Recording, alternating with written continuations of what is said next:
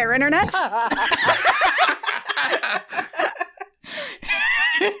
I'm Annie. Kit? Yeah? I said I'm Annie. Oh, sorry, I was laughing too hard and I couldn't hear you say that. I'm Kit. And I'm Mac. And this is I Will Fight You, a podcast where we've been turning opinion into stone cold facts since 1986. Today's fact, Lucas, what is today's fact? Today's fact is if your dudes rock hard enough, historical accuracy can go hang. Hell yeah.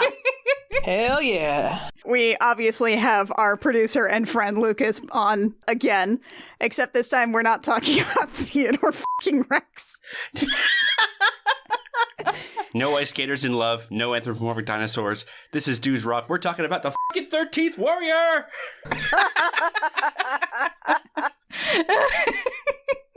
I'm so excited for this. It is 8:30 in the goddamn morning. I am so excited for this. Your boy is hyped. We're doing another Beowulf, y'all. It is almost 10 at night for me. We're doing another Beowulf. It's Beowulf's all the way down. So this is a movie I have never seen before. I have zero experience with this. I was, in fact, shocked to find out that this was a fucking Michael Crichton novel. You bet. Yeah, it was Eaters of the Dead. Michael Jurassic Park Crichton. Jurassic Park, Sphere, The Terminal Man, The Andromeda Strain, Congo, Michael Crichton. He took 5 minutes off from dunking on Six Flags to be like, hey, what if Beowulf? So this was my first time. Mac, this was your first time too, right? Correct. Not my first time seeing this movie. Not my first time either. Yeah, this one was a wild one. This was one of the biggest box office bombs of 1999. Oh, yeah. And I just want to tell you guys that, like, IMDb, on the webpage for this, under their More Like This section, one of the movies they recommend is the Kevin Costner Robin Hood Prince of Thieves. So that just gives you the vibe check there. Oh no. Yeah, that's also another, like, Dudes Fucking Rock movie. Yeah, for real. No, we had this on VHS in early 2000. boy. It would have come out, and my dad and I watched this a lot. My dad really liked this movie, and as a result, I also got to like this movie. I assume this is just, like, a movie that was greenlit specifically because Jurassic Park came out and was really successful, and they were like, maybe Michael Crichton's onto things here. I mean, Michael Crichton also wrote what became ER, so he already had a bit of a pedigree at this point. This was post-Jurassic Park, of course. Yeah, but I mean, we're talking, like, cinematic blockbusters here. Admittedly, he wrote this book out of spite, which is a great way to write a book, right? Out of spite, really. He did?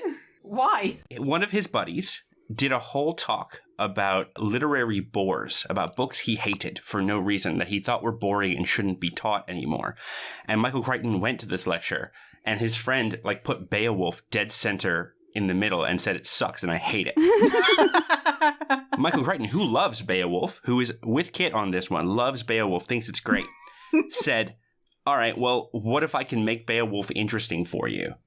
And he went, yeah, I f***ing dare you. And so he wrote a book. This is some, like, up yours, J.R.R. Tolkien, I'm putting a lamppost in my magical fantasy land shit, huh? I'll create my own Middle-earth. That's how I would write a book, honestly. If someone told me I couldn't or that they didn't think I could, I'd be like, F yeah, I'm gonna do it. There are so many good books that are written solely, basically to say, oh yeah?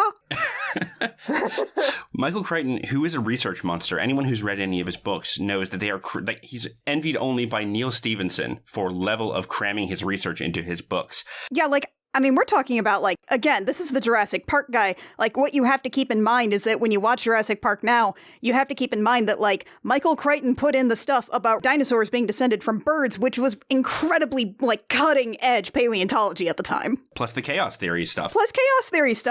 Yeah, I'm going to MIT and I'm listening to people. Wouldn't it be cool if I put it in a book? Yeah. So what he did is he took the real guy, Ahmed Ibn Fatlan, who was a real-life 10th century explorer and diplomat who went lots of places and saw a whole bunch of cool things, yet had a habit of writing in this incredibly dry and bland style. And he said, what if that guy met the Vikings who inspired Beowulf?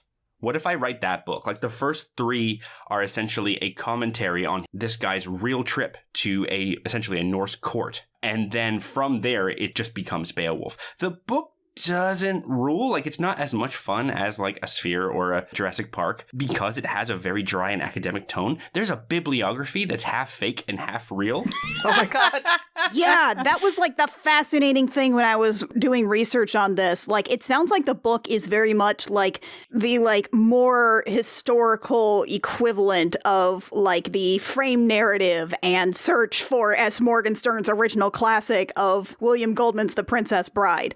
Exactly. He made up a fake bibliography. He has like 3 layers of commentary on like academic research. Like, it sounds fascinating to like construct. Made a lot of librarians very I heard angry. about that. I heard there's a lot of people pissed off about this book because of all the fake citations that enough people took seriously. Including Michael Crichton himself, who apparently spent a month trying to find a particular book only to find that he had made it up the previous year. No, really? Oh, yeah. Oh my god. He was real mad about that.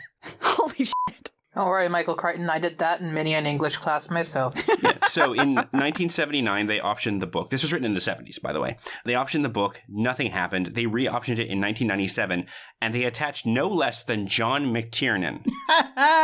John McTiernan directed Predator, What? Die Hard, The Hunt for Red October, What? Last Action Hero, What? and then this. This? John McTiernan knows how to make a fucking movie. Yeah, but before he made Rollerball and went to jail for federal wiretapping charges and lying to the FBI. What? Because he wiretapped his own employees to see if the studio was talking behind his back. Oh, and also his ex-wife to see if she was talking shit about him. What the fuck? And then he went to jail, which is how all those stories should end. Just astonishingly good action movie director, has a tremendous breakdown and goes to jail. Yeah. Like, this movie lost up to 129 million. What happened? Okay, so they shot it. They shot it on location. John McTiernan shot the whole thing. It was very long and very in-depth, and test audiences hated the first cut. Oh, man. The studio brought in multiple people to recut it and re-edit it. And then finally, there were, let me say this with all enunciation, 10 months of reshoots No. on location. No, on location. They had to get the locations back and reset that shit up. Those miserable moors and forests and muddy huts and stuff. Oh. 10 months of that. They probably had already, like, striked most of that set. And then Disney fired John McTiernan, and Michael Crichton, the author, had to start directing the reshoots. Oh no. Yeah, I heard he's uncredited for that. They had to completely change the ending and then recut the middle of the movie to make the ending make sense. Really? They had scrapped an entire score by Graham Revell and had Jerry Goldsmith write an entire new one. Okay, so it's not even that, like, the movie itself was all that expensive. It was just in hell for a really long time. It just ate money. It just ate money for 10 months. They just made a whole second movie. Their budget was originally $85 million, okay? It was at $100 million before principal photography was over. Oh. By the end of reshoots and promotion, they were in the hole a conservative $160 million. It made, worldwide, in its entire theatrical run, Oh my god. $60 million bucks. You'll notice there should be another 100 in front of that if you wanted to break even. Mm-hmm. Woofa-doofa. Also, Jerry Goldsmith notable for, like, a lot of the Star Trek music. Nice. Yeah. I mean, Ridley Scott swiped a cue from this movie and put it in Kingdom of Heaven without asking Jared Goldsmith, and they still hate each other over that 20 years later. Oh my god. Love that petty shit. Also, this movie made Omar Sharif quit acting for 4 years. How bad do you have to be to make Omar Sharif quit his craft? He'd been at it for so long by that point. Dude was in Lawrence of Arabia, and this was too much for him. Quick note on Omar Sharif, most famous for his role in Lawrence of Arabia, and also was a big-time bridge player and had a syndicated column in the Chicago Tribune. Wow. Dudes rock. Dudes rock. I will quote Omar Sharif's line on this. It's in the Wikipedia page. That's how much he slammed this movie. After my small role in The 13th Warrior, I said to myself, let us stop this nonsense, these meal tickets that we do because it pays well. I thought, unless I find a stupendous film that I love that makes me want to leave home to do, I will stop. Bad pictures are very humiliating. It made me sick. It was terrifying to have to do the dialogue from these bad scripts, to face a director who does not know what he is doing on a film so bad it is not worth exploring. And then he quit movies until 2004. So what did he come back for? Monsieur Ibrahim, which was a French film. And yeah, it was based on a book and a play, and so apparently it was a passion project for him. But it was, he went away. He had to go away for a while. He's in this thing for like 5 minutes. And he's good. He's having a good time. Yeah. Oh, shit. So, do we want to just get into the movie? I feel like we're going to be in for a wild one on this. Yeah. Yeah. Let's start with the fact that, like, listen, our main character here, the titular 13th warrior, it's Antonio Banderas, and you may say to yourself, Antonio Banderas is not, Middle Eastern? He's a white guy from Spain. He's not Arabic. He is, in fact, Spanish. Yeah. This was the era of Hollywood where as long as someone had, like, a slightly darker skin tone, it was whatever. They just did not care. A slightly darker skin tone and an accent. That's all you need, right? Yeah, and not even, like, the right accent. Yeah, he's not even doing an Arabic accent. He's just doing his regular Spanish accent in this movie. He does not give a shit. Like, you can close your eyes and you can think about Puss in Boots. This is Sean Connery playing a Russian Yeah, U-boat captain level of not giving a shit. exactly. Or Sean Connery playing an Egyptian who is pretending to be a Spaniard. Oh, boy. Yeah. Oh, boy. Oh, God, Highlander, you've got Sean Connery, a Scotsman, pretending to be an Egyptian, pretending to be a Spaniard, and then a Frenchman pretending to be a Scotsman, pretending to be an American. Oh, boy. He's from lots of places. He gets around.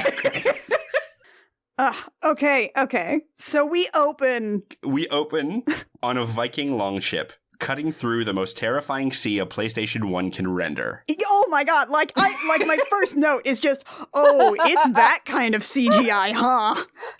On the plus side, this ocean stuff is some of the very small amount of CGI in this movie. A lot of the rest of it is practical effects, and thank God for that. I admit when this started, I just assumed this was going to lead to a logo. Oh, you thought this is the production studio thing? And I was like, where's the logo? This isn't leading to a logo. Longship Productions. Lots of Vikings are standing around bravely, faces to the storm, and there, clinging to the rail like an afterthought, doing his best impression of a drowned rat at low tide, is Ahmed ibn Fahlan ibn Al-Abbas ibn Rashid ibn Hamas. This, ladies and gentlethems, is your protagonist. Yeah, we basically just do a whole freaking freeze frame of like, Vroop! Yup, that's me. He literally says, and things were not always thus.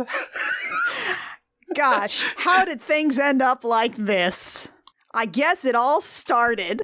Well, he got horny for someone's wife. So it starts in what he refers to as the greatest city of the world, which is Baghdad in the 10th century, which, yeah, it probably would have been. Yeah, That's a fair cop. yeah. Fair. That's fair. Baghdad in the 10th century fucking ruled. Yeah. Yeah, Baghdad was doing great. Everywhere else kind of was just not so hot at the point. And he was doing great until he decided this lady was hot and she was already married. Yeah, your boy was a poet, but he was also a bit of a boy. Yeah, In true poet fashion, honestly.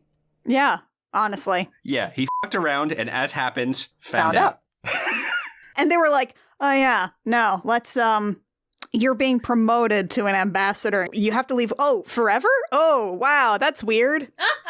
To the Tusuk Vlad, aka a place so far you can't find it with both hands in a map. So his only companion is Melchizedek, played by Omar Sharif, hooray! Who's like a friend of his dad's. Yes. It's worth also noting Antonio Banderas is very not Arabic. Omar Sharif is also like debatably Arabic. And by debatably, I mean I'm not touching that debate with a 10-foot pole. He was born in Egypt. He was part of the Greek Christian ethnic minority in Alexandria and then later converted to Islam. He's from lots of places. He's from lots of places. Also a big-time bridge player. I can't get over that. Good news, though, they do eventually, they do travel around and join a caravan, and that caravan is in fact led by Eric Avari. Aka the curator of the museum and the Mummy. Curator of the museum and the Mummy. He's in Independence Day. He's in Stargate, Planet of the Apes. Good, that guy. I'm glad he's here. He's like Indian, which is, I guess, not Better? Middle Eastern either, but I mean, look, if it makes you feel better, only about half the Vikings are actually Scandinavian, so we'll get to that. I wouldn't worry about it. It's fine. They're in the caravan, and oh shit, here comes some Tartars who are going to kill us all and take our stuff. As you do. As they do. And so they panic and they run. And the Tartars chase them and they get stuck at the edge of the river and they think it's all bad. And then suddenly the Tartars stop and turn tail and run because, oh shit, Vikings are coming. They just turn around and there's a Viking longboat. Yeah, it's just there, and they're just like, I don't think we're going to mess with this. Yeah, we don't want none of that smoke. This shit. The caravan, like, plans to pack up and move on, but then Antonio's just like, but I'm an ambassador. I want to talk to the Northmen. He says, are they dangerous? And he says, well, it depends. They might leave us alone, or they could kill us all. So it's like, depends on what they had for breakfast. How's the weather today? Is it a Tuesday? Shit, they hate Tuesdays. Look, hey, man, have fun, I guess. And so him and Melchizedek just kind of rock up to this encampment. And they walk in like they're a couple of high school kids at a frat party. That's a great way to describe it. Yeah, like they literally walk in and like, be cool, follow my lead. And so they just like start talking to people in like, obviously for the film's sake, for the audience's sake, it's English, but it's understood that they are speaking in Arabic to a whole bunch of Scandinavian dudes until they find one guy who speaks Greek. Oh, no. This is actually a really nice point of the movie. It's because they're talking and no one's understanding. They're getting blank stares. Ahmed says, why don't you try Greek? And so Melchizedek walks up to one dude, speaks in Greek to him, gets a blank stare, but that one dude then walks over to another dude, kicks him and says, hey, go sort this out. And so the other dude comes up, listens for a few seconds, and doesn't speak Greek. He switches to Latin. Oh. Because he's like, oh, wait, you're educated. I'm a little educated too. And so he speaks to him in Latin, which Melchizedek also speaks. And he is then able to translate from Old Norse to Latin, which Melchizedek can then translate to Arabic, which I think is actually, like, they never comment on it. But if you listen, what he's saying changes, like, in that second. Because he's asking him in Greek where his king is. And you hear him say, Nostra Rex. And it's like, that's poorly pronounced Latin, but it's Latin. And it's never commented on in the movie. It's just this beautiful little touch. John McTiernan does languages very interestingly. See also Hunt for Red October. Yeah. Yeah, I really like the way that this sequence, like, it makes the whole initial sequence with the Norsemen a little more stilted, but it also makes it a little more mysterious because it very much places you in the same role as the main characters where you're like, oh, I don't know what's going on either. I also feel like my font of information is extremely limited based on what I'm seeing and the tone in which people are speaking. So it's a really neat part of this movie. Yeah, it puts him even more of a fish out of water, apart from the fact that there's essentially like a drunken party. There's fights, there's women dancing, there's music playing, people are like barfing outside. This is a rough tent to be in, and he's there clean and beautifully dressed and looking around like he shouldn't touch anything. He's a fancy lad. The blonde guy, who we learn his name is Herger the Joyous. He's my favorite character in this movie. He's great. He's good. He's so good. Wow, honestly, that's the first of me actually learning this guy's name. There are very few names that are firmly attached to characters, like, so that I can actually, like, anchor any kind of words to these people. I just have them in my notes as Blondie. I named a few of them in my head, but I wasn't sure of a lot of their names either yet. Don't worry, I have a subtable in my notes. Oh boy. Excellent. So Herger looks at him and he says through Melchizedek, he's like, oh yeah, our king's over there, but our king won't talk to you because... He dead. Yeah, our king can't talk to you because he's dead and this is his funeral. The old tailor can't come to the phone. Yeah. Why not? She's dead. Because it's delivered through Melchizedek, it's done in this very, oh yeah, so there's the king. He says there's the king. Yeah, the king can't speak to you. Yeah, he says that the king can't speak to you. He can't speak to you because he's dead. The king can't, oh. Like, do you think he was just, like, waiting to be able to deliver that little punchline that he made up himself by being obtuse? Knowing this character, yes. Yeah, I was saying, yeah, this guy 100% would. So yeah. They point to this drunken party and they say this is his funeral. Oh, and by the way, up on the main table, that's Bulavive. He's our Beowulf, folks. I could never quite, like, get the pronunciation of that name right, and I wasn't going to, like, honestly, he's just in my notes as Beowulf. I'm not doing those degrees of separation. This is just a Beowulf, y'all. That's him. He's got dreamy hair and a glower. An extreme glower. He's an intense dude. Yeah, he's definitely got, like, you know, shirtless romance novel vibes. this guy. Yeah, no, this is a guy with a sultry stare. So he says he's the heir apparent, one of them. More on that in a sec. And Bolivar says, hey, how about a song of glory? And Melchizedek says, come on, man, be cool. These guys like us. Tell them a story or something. And so Ahmed steps up and he says, in the beginning, the earth was void and the spirit of God, and he has to stop because a dude pulls a knife on Bolivar who blocks, cuts him once on the way up, and cuts him in half on the way down. It's great. That was the succession dispute, by the way. The succession dispute is over. He just does a stab and then smolders at the camera again. And then he sits down and he finishes his drink. Yeah. Must be Tuesday. So, literally the narration said, now that there's a new king, we have to bury the old one.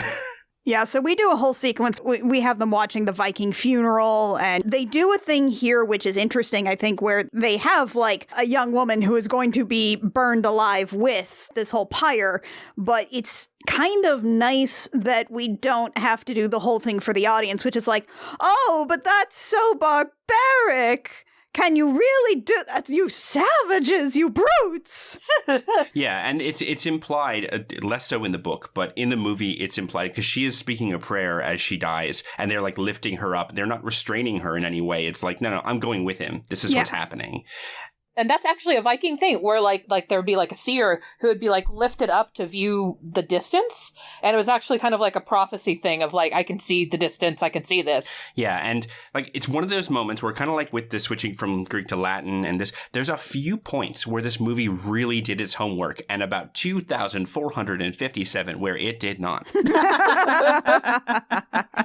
Yeah, so the prayer they say, I'll say it now, and it's going to come back a few times, and it kind of rules. Right. It's, lo there do I see my father. Lo there do I see my mother, and my sisters and my brothers. Lo, they do call to me. They bid me take my place among them, in the halls of Valhalla, where the brave may live forever. And then Melchizedek explains from Herger's translation, he said, she will travel with him. You will not see this again. It is the old way. And they burn it. Ugh. I do like that line. I like the line, you will not see this again, it's the old way, because there's sort of, the thing about like 10th century Vikings is that this was already like a world on the way out and they knew it, which is sort of the appeal of setting a story in this particular era. Yeah, and you do get a comparison later on with some newer type Vikings with these very archaic Beowulf and his buds type Vikings, and there will be some contrast there. Contrasted, of course, with Ahmed, who is from a city of civilization, who is from potentially the most civilized city in the world at the time, who is looking at all of this and is just like, I don't know what I'm looking at. Yeah, but he definitely seems to approach it like from almost like an anthropologist perspective, where he's like, I'm not necessarily here to cast judgment. I'm just here to, like, see what's going on and try to observe it as best I can. Yeah. Also, he is judging them, but he doesn't want to get stabbed. He did see Boulevard ice a guy just last night. He's being polite about it. Yeah, so the next day, Ahmed wakes up and he puts on fresh clothes and a fresh turban. And as he comes out, he sees there's another ship is waiting. And there's a little boy standing on the edge of the bow and kind of hanging onto the figurehead and just staring like a statue. And he looks and he goes, huh, that's weird. Anyway, so is there breakfast? And he goes in and he meets Melchizedek. And Herger, bless him, literally rolls over from where he was sleeping and puts his chin on the table and is like, good morning. And so Ahmed asks, he's like, there's a boy on the bow of that ship. He's standing there like a statue. And they ask Herger, he says, oh, he's letting us see him. He's being polite because he came out of the mist and we see spirits and dangerous things in the mist. And so he was being polite and letting us decide if he's real, which is a peek into the viewpoint of these characters. They accept the supernatural as part of their day-to-day. It can be annoying, it can be dangerous, but it's not weird. And it's just like, hello, I'm a small boy. I am existent, not portentous. Mm-hmm. I'll let you decide. So then the Vikings decide to clean up in the morning? This particular passage, I believe, is directly from Ahmad ibn Fadlan's account of the Rus people. So, Annie, you want to take this one? What happens? Huh? Oh, Annie doesn't remember, I don't think. Okay. The bit with the spit bucket. I have a note that's about them being gross in public. I don't have much detail beyond that. They like wash, and then Beowulf, like after he washes, he like does the thing where you like press your nostril in and you snot into it, and then they pass the bowl to Ahmed. It's a clean bowl of water, and the first guy like drinks and then spits back into it, and the second guy drinks and spits back into it, and it gets to Herger, and he Same bowl. same bowl, and like he puts his hands in, rubs it over his face, blows a snot rocket into it, and then passes it to Ahmed, who like freezes for a moment, Very politely passes it on. and then very politely passes it on, like he didn't want potatoes right now. There's a cut line from this scene where one of the other Vikings says to Herger, it's like, I thought Arabs were clean people.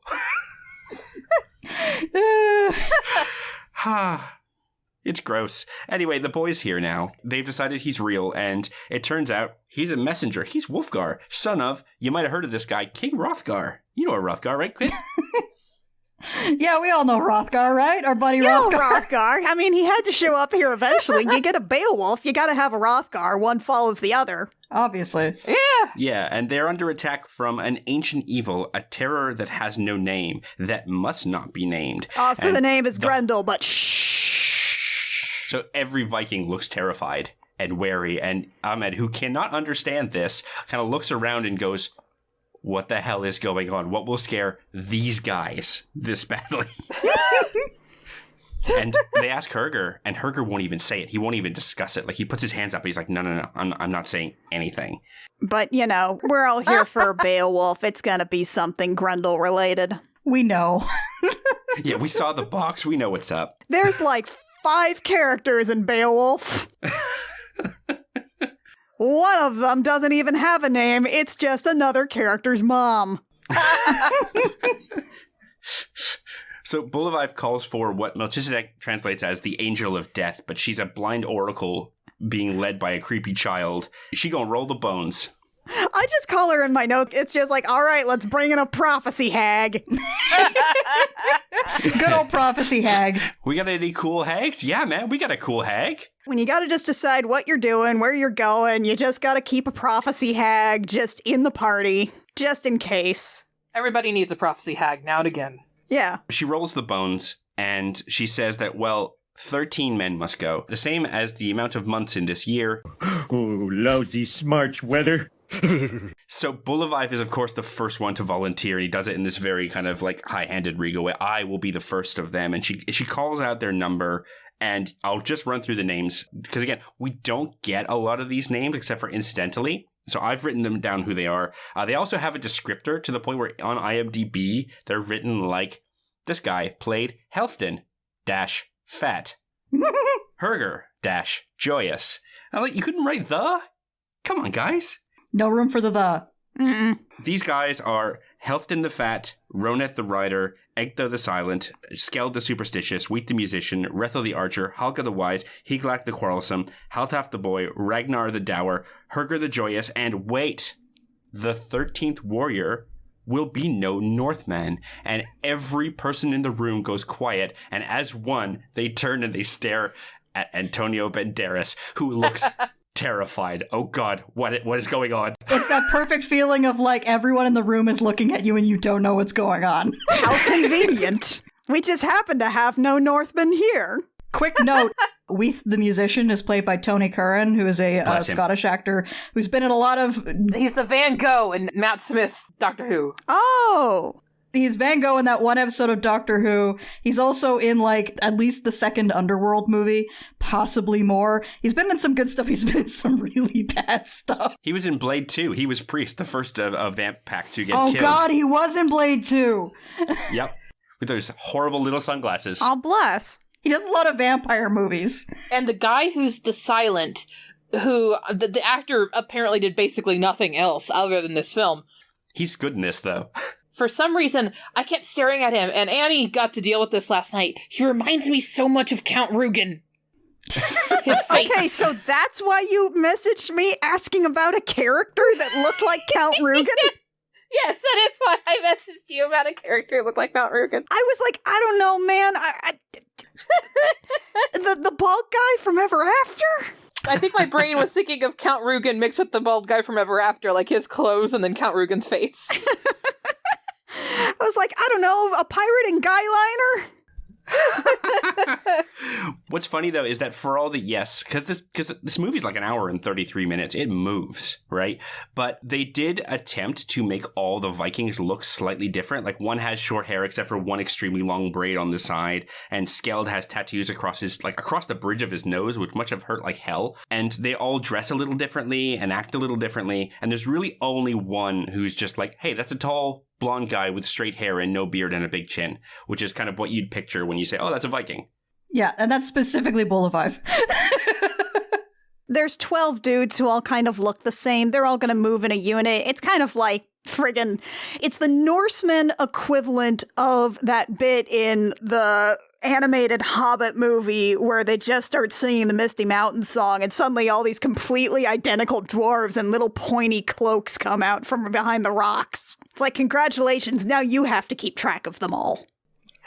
I do like that their armor is kind of piecemeal and stuff that they've very clearly taken off of people they killed. Yeah, one of them has like a conquistador's helm. One of them has like a French jousting helm or something. Yeah, one guy has like one of those Roman helmets that has the cage across the front. Yeah. Yeah, it's all bits and pieces. Admittedly, it's incredibly anachronistic bits and pieces, but again, we'll get to that. Dudes rock. Dudes rock. So, the next morning, everyone's saddling up. It's just accepted that Ahmed will go. Yeah, he doesn't even put up much of a fight. He's just like, well, I may as well do this now.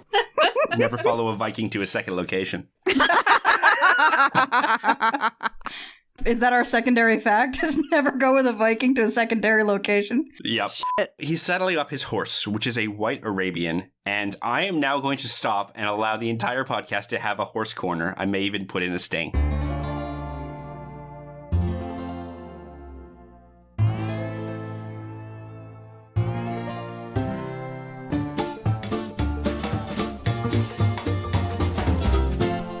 Arabians are little. First off, it's not a white Arabian. It is a gray Arabian. Okay.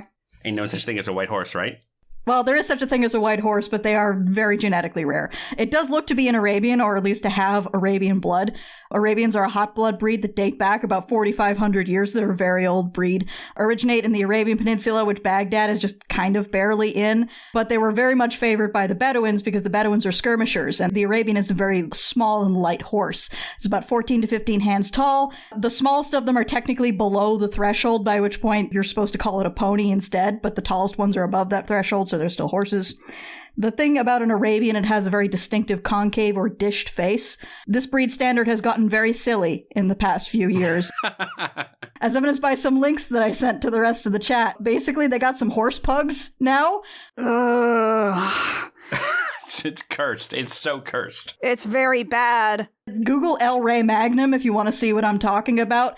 The dished face and big nostrils of the Arabian are supposed to help it breathe in really hot environments, but I think you lose that advantage when you kink the airway by 90 degrees. Here's the funny thing about this, though, is that the Vikings keep making fun of how small this horse is to the point that they're calling it a dog and saying only an Arab would bring a dog to war. These appear to be the group that Ahmad ibn Fahlan referred to as the Rus, which are assumed to be the Volga Vikings who are from around Sweden. These guys will be riding cold-blooded horses like the North Swedish horse or the Norwegian Ford. They are known as being small and stocky. They're basically light draft horses. The thing is that the North Swedish horse is about 14 to 15 hands tall. The Norwegian Fjord is around 13 to 14 hands tall. So overall, the Viking horses should be heavier than the Arabian, but just as short, if not shorter. These horses in this movie are too tall. They are much too tall. They look to be a draft breed from like Central Europe. Yeah, they got hairy hooves and everything. Yeah. Yeah, this was not a movie that was interested in being accurate about horses aside from Arabian Little. The other thing, though, there is another movie, a much, much worse movie called Beowulf and Grendel, which has Stellan Skarsgård in it. Oh, you showed me videos of these horses, Lucas. Yeah, so they actually got cold-blooded Icelandic ponies or horses to be in that movie, and watching a grown man ride one is like watching him ride a centipede. They have this super weird gait to handle the rocky and rough terrain. Yeah. It's fascinating to watch. The Icelandic has a special gait called a tolt. There are other cold-blooded breeds that, like, individuals can do the tolt, but it's not a breed standard the way it is for the Icelandic. It's meant to be something that you can ride for very long distances over very uneven terrain and not get your brains bounced out. Not not give yourself a fucking concussion sitting on the back of this horse. But the Tolt is a really fascinating gait, and it's so fun to watch. Yeah, like, look up videos of this, y'all, because it is like unheimlich. It is one of the weirdest fucking things I have seen in a while. It's like watching a horse do double dutch with no skipping rope. Yeah. It's great. So Bulawayo asks Ahmed for his name, and he gives his full name with all of his lineage and everything, to which the others look at him and they go, Ibn. And he's like, no. Ahmed Ibn Fahlan. Ibn means son of. And they look around and they go, yeah, Ibn. He's like, oh, Christ. All right. And as they leave, Herger walks out with like 3 ladies on him. And he like kisses them goodbye, and he swings up onto his horse and he says something, and Melchizedek translates and it says, hurry to meet death before your place is taken. And then Melchizedek kind of says goodbye to the movie and to Ahmed, and he says, I will not forget you, go with God, and then retires from movies for 5 years. You will not see Omar Sharif again in this movie. No. He's done. He hung out at craft services for a bit, pocketed a few sandwiches, and then he went off to play bridge. Selecting a bagel.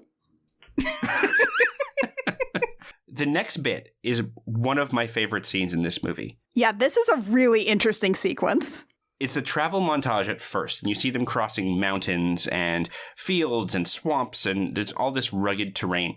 And every once in a while, it will cut back to this campfire where all of them are, preparing the nightly meal, and Ahmed is just sort of sitting off to the side because he can't speak to any of these people. And so some of them are eating. Oh, he's just watching and he's listening and watching and listening, and you watch him as time passes, you watch him watch and listen more. And then slowly there's this like really cool where sometimes the Vikings will be speaking Old Norse, but you'll start to hear words in English just scattered in there. Yeah. It does this thing where it'll have them, like, say a phrase, and then it'll cut back to, like, a close-up on one of their mouths or something as they say the phrase again, and it'll cut back to, like, Ahmed's eyes, like an extreme close-up where he's just sort of squinting. So, like, it does a good job of communicating, like, he is paying close attention to what they are saying. Yeah, and it's also implied that, like, they're telling dirty jokes, they're telling old stories, they're being dudes on a camping trip. And so they're often repeating themselves, and so you'll hear repetition of the same statements, and each time there's a little bit more English in it, to the point where it's like, something, find some geese.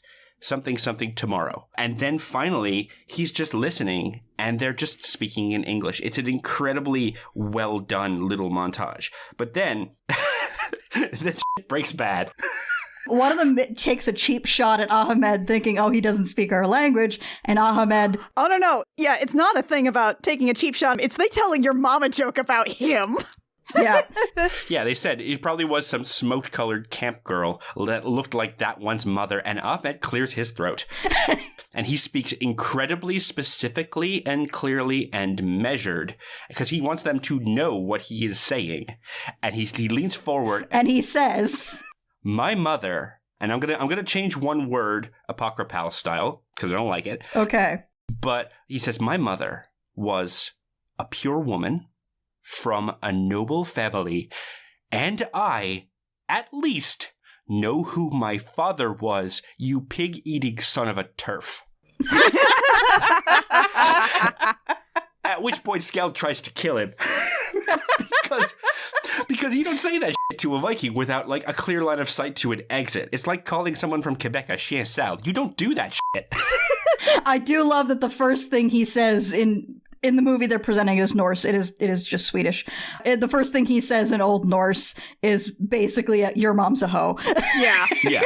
But imagine someone who came to your office and sat quietly in a corner, like, I don't know, I think he's an auditor or something. He hangs around and he sits there for months and months until you finally refer to him as, it's so weird that weirdo's over there in the corner. And he basically leans forward and tells you to f*** your own face. Yeah, like, the way that they cut him, like, staring around the fire, it's like he squints and his eyes dart around like he's the murderer in an Agatha Christie novel, and Detective Hercule Poirot has just called everyone to join him in the parlor so they can discuss the facts of the case. They hold Skeld back so he does not murder their 13th guy.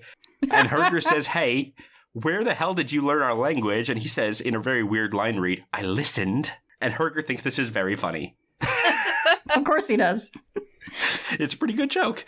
So Bulawayo has been watching all of this very quietly, and he stops Ahmed after the dinner, and he says, can you draw sounds? Because at this point, I believe the Vikings did not have a written language. They did, technically. Like, they had been writing with runes for a while at this point. But, you know, we're not really here for, like, non-anachronisms. That dude's rock. And plus, the phrase, I can draw sounds and speak them back, is very, like, it's just a cool line. It reads a little bit like just a translation weirdness. Yeah. In terms of, like, They may not have a word for this. yeah, Ahmed doesn't quite know the distinction between the words write and draw. They do another thing, like, later with that, with another translation thing, too, that makes you, like, think about, like, oh, yeah, that's right. He is translating this from another language and trying to figure out how to speak it back. And also learning it from a bunch of dudes who are not really sitting around and doing a lot of learning, apart from Herger, which is lucky. And so he leans over in the dirt and he gets a stick, and in the firelight he writes the Shahada in the dirt. There is only one God, and Muhammad is his prophet. And Bolivite glances at it and just walks away. And he's like, oh, well, okay. So the next morning, Skeld, who is clearly trying to reassert his status after getting his teeth kicked in last night, repeats the bring a dog to war bit, but Ahmed finishes it for him. He's like, I heard that the first time. So then the others try and support Skeld. They bark and they howl. And then he decides to show them what a Grey Arabian can do. It's a horse scene. We're here for horses now. It's horse tricks. We need to establish the horse can jump. Horse jump good. Did you know horse jump good? Horse jump good. We're gonna need this later. We will. He jumps good enough that he jumps clear over Weath's horse and knocks him in the mud, which Weath finds extremely funny. I like that they're all fairly good sports about getting that kind of shit happening to them. They're just like, all right, okay, dude. Yeah, as he's jumping, you can see some of them kind of nodding and smiling. It's because he can do something that we respect. And so he's one of us now. And as he comes back to join the group after showing off, Bolivite even leans over and says, hey, your dog can jump. And they all laugh together, which we skip to the beginning. Here's how we got here. And poor drowned rat Ahmed, who's having the worst day of his life, not the worst day of the next few months, leans over and he says, hey, shouldn't we be staying closer to land? And Helfton laughs and he says, no, boy, this is no day to be close to land. Which is an actual sailing thing. You want to be out on the open ocean so you don't get knocked into anything. No shoals, no reefs, no sandbars. Yeah. Then they're becalmed. They are in this mist and they cannot see anything. I mean, it looks like frickin' Arthur and Bedivere about to approach the Castle Og. And so the way they're trying to find their way out is one guy is up on the bow and yelling Odin, and they're listening for the echo, and every time they yell, one of the Vikings will fire an arrow with fire on the end out into the distance, and they'll listen for the hiss as it hits water. It's a Norse Marco Polo. At one point, Herger has to make Ahmed duck because he's about to catch an arrow upside his ear. Situational awareness, not this guy's strength. Not at all. Ahmed keeps stepping in front of guys who have arrows knocked. This is a constant thing in this movie. It's like, please don't do that. Please don't make me shoot you. They find land and they gear up. All the armor is wrong, but it is all very cool. This is where you start to get some really good full shots of like all of the weird different piecemeal armor that is all anachronistic in fun and exciting, unique ways on each dude. Bolivite has this plate mail breastplate with these two circular kind of pauldrons that look like dragons, and they're gold chased when the rest is all kind of plain metal. It's very cool looking. Weath, who's played by a Scotsman, does have a bit of tartan on there. Which I don't think that existed in the 10th century. I think it's about like 700 years too early. A bit, yeah. But then Bolivite pulls Ahmed aside and he says, hey, speak what I draw. And he draws the Shahada, except for the last word, which he can't quite get. And Ahmed reads it out and then has to lean over and go, prophet. You misspelled prophet. And Bolivite sort of nods and then walks away. So he memorized that from one glance and then casually replicated it. This is, again, a sign that Bolivite is not an idiot. These guys are barbarian types, but they are not stupid. It's a neat little bit, especially because, again, it's like, it's a glowering thing. He's like, hey, check out what I can do. What's up, man? And it's also like, is this flirting? Are they flirting? Little bit. Little bit? I don't know. I could definitely ship Ahmed and Herger. Yeah. Herger throws him Cloud Strife's Buster Sword. It's so fucking big. It's so big for him. It's literally like 6 inches across. It's huge. And it nearly knocks him over when he catches it. And he says, I can't lift this. And Herger kind of shrugs and he says, so grow stronger. Get good, pal. Yeah, his only piece of advice is get good. Yeah, no. These two are boyfriends, frankly. Yeah, also, Antonio Banderas is not a small guy. He's not a big guy, but he's not a small guy. He's 5'8". That's an average size for a human. Yeah. They just keep putting him next to these Scandinavian giants for the whole movie. So they do some tracking, and they realize that a herald is there waiting for him. Because Ecto, for example, can read the hoof prints, and they can all smell that someone's been there wearing perfume. You know, a well-fed horse, and all kinds of cool, cowboy movie stuff where they look at dimples in the dirt. And then the herald just walks in, because he was just there. And he's just like, hey, what's up, assholes? You're late. Yeah, tell me your names. Make sure you're not invaders. You want to die? This is a brave man walking up to this group and threatening them. It would be like running through a mincing machine, my dude. Bolivar officially identifies himself by his title. They're ushered into a very sad, mud-covered Viking village. Yeah, this is not defensible in the slightest. There's no wall, there's no moat, there's not even a passable fence, and you couldn't keep a cow out of this place. But you can see the production team has gone to great and probably expensive lengths to show that this was once a nice place. There's lots of fretwork in the eaves of the buildings. Yeah, the longhouse is, gorgeous on the outside. It's beautiful. It's just, covered in 3 inches of mud and rain on the outside. It's gross. The Vikings notice that there's, hardly any men. There's lots of women and children and old people. But as I said, there's nobody between 15 and 50, except for a couple of guys who we'll meet later. And yes, everyone's scared. Everyone's terrified. So, let's meet Hrothgar. Would you believe it's an old king? Who's gone gray and can barely get out of his chair? What, really? Hrothgar? Yeah, just picture Peter O'Toole's character from Stardust. That's what this guy's got going on. Have you seen the King of Rohan? The hospitality of his hall is lessened as of late. Hrothgar recognizes Bolivar from when he was a kid, and Bolivar, he walks up to him and he whispers in his ear and he says, what troubles this place, old man? And Hrothgar does a comedy fear take.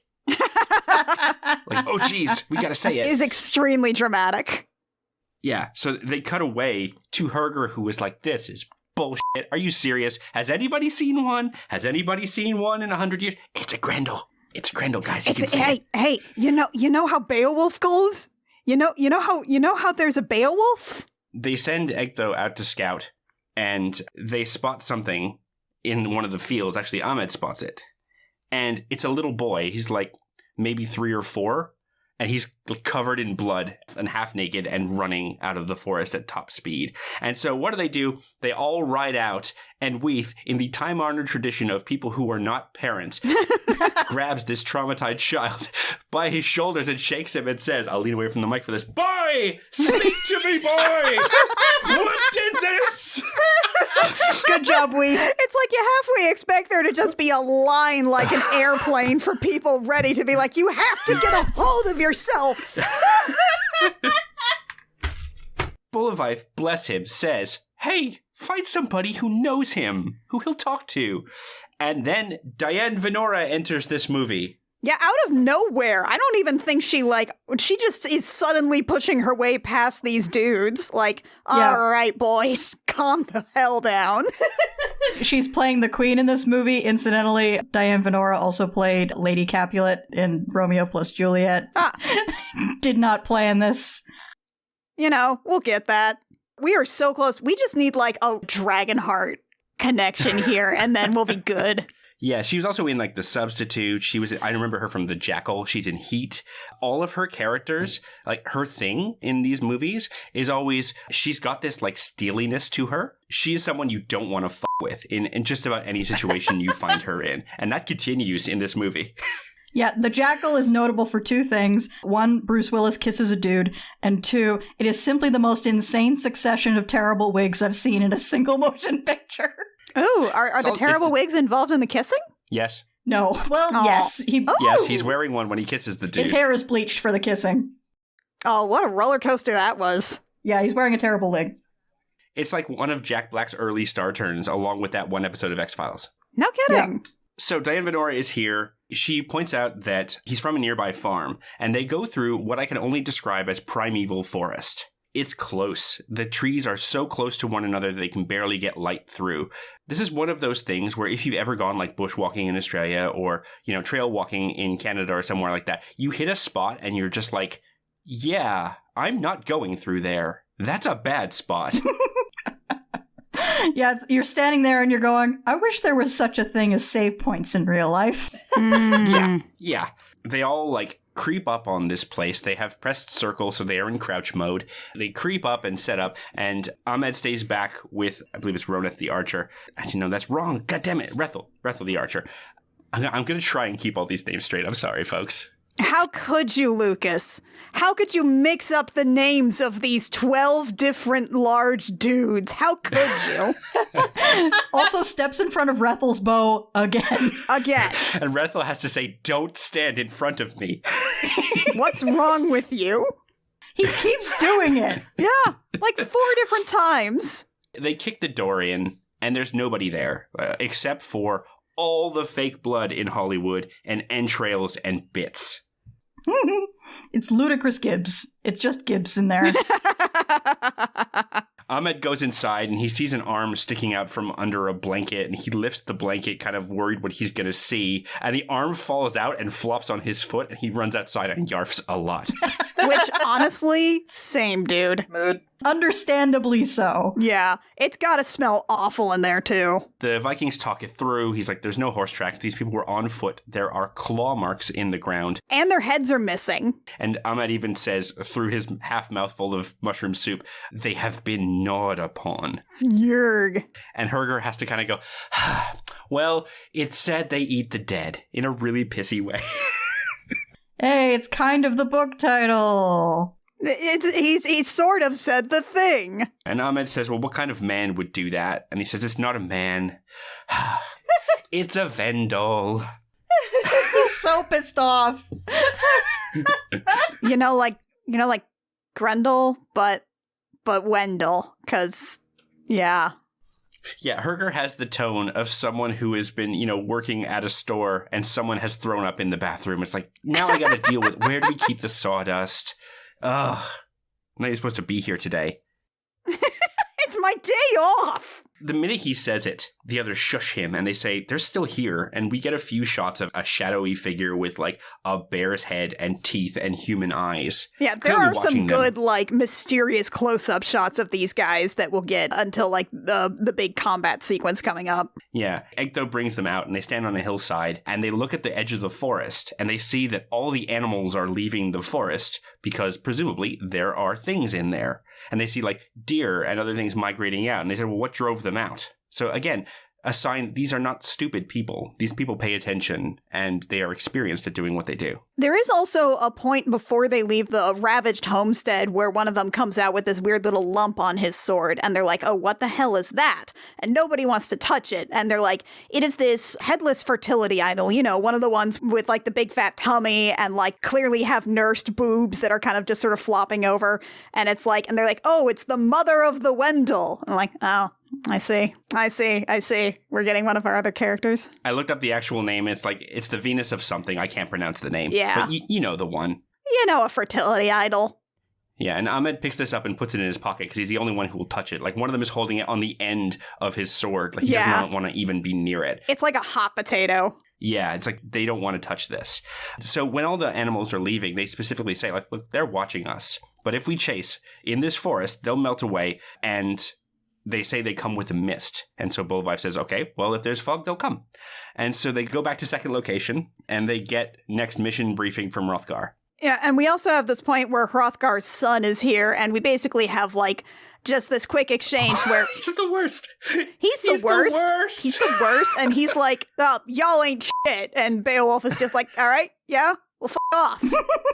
He says to him, he's like, oh yeah, well, you think you're hot shit, but you've never faced the Ven. He even has a cool pet name for the enemy. Yeah. And Beowulf is very polite because he cannot offend this man, but this man also sucks real bad. So he says, I thank the Lord for his advice.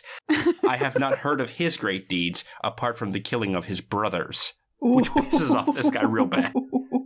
Yeah, no, there's some fighting words with this guy. Kate, what was that you were saying about how kinslaying's real bad in olden times? Yeah, ye olde times in a lot of ancient civilizations, kinslaying was considered not a great thing to be doing. To the point that you could call supernatural retribution down upon yourself for doing it. You know, today Yeah, so- the kids just call it cringe.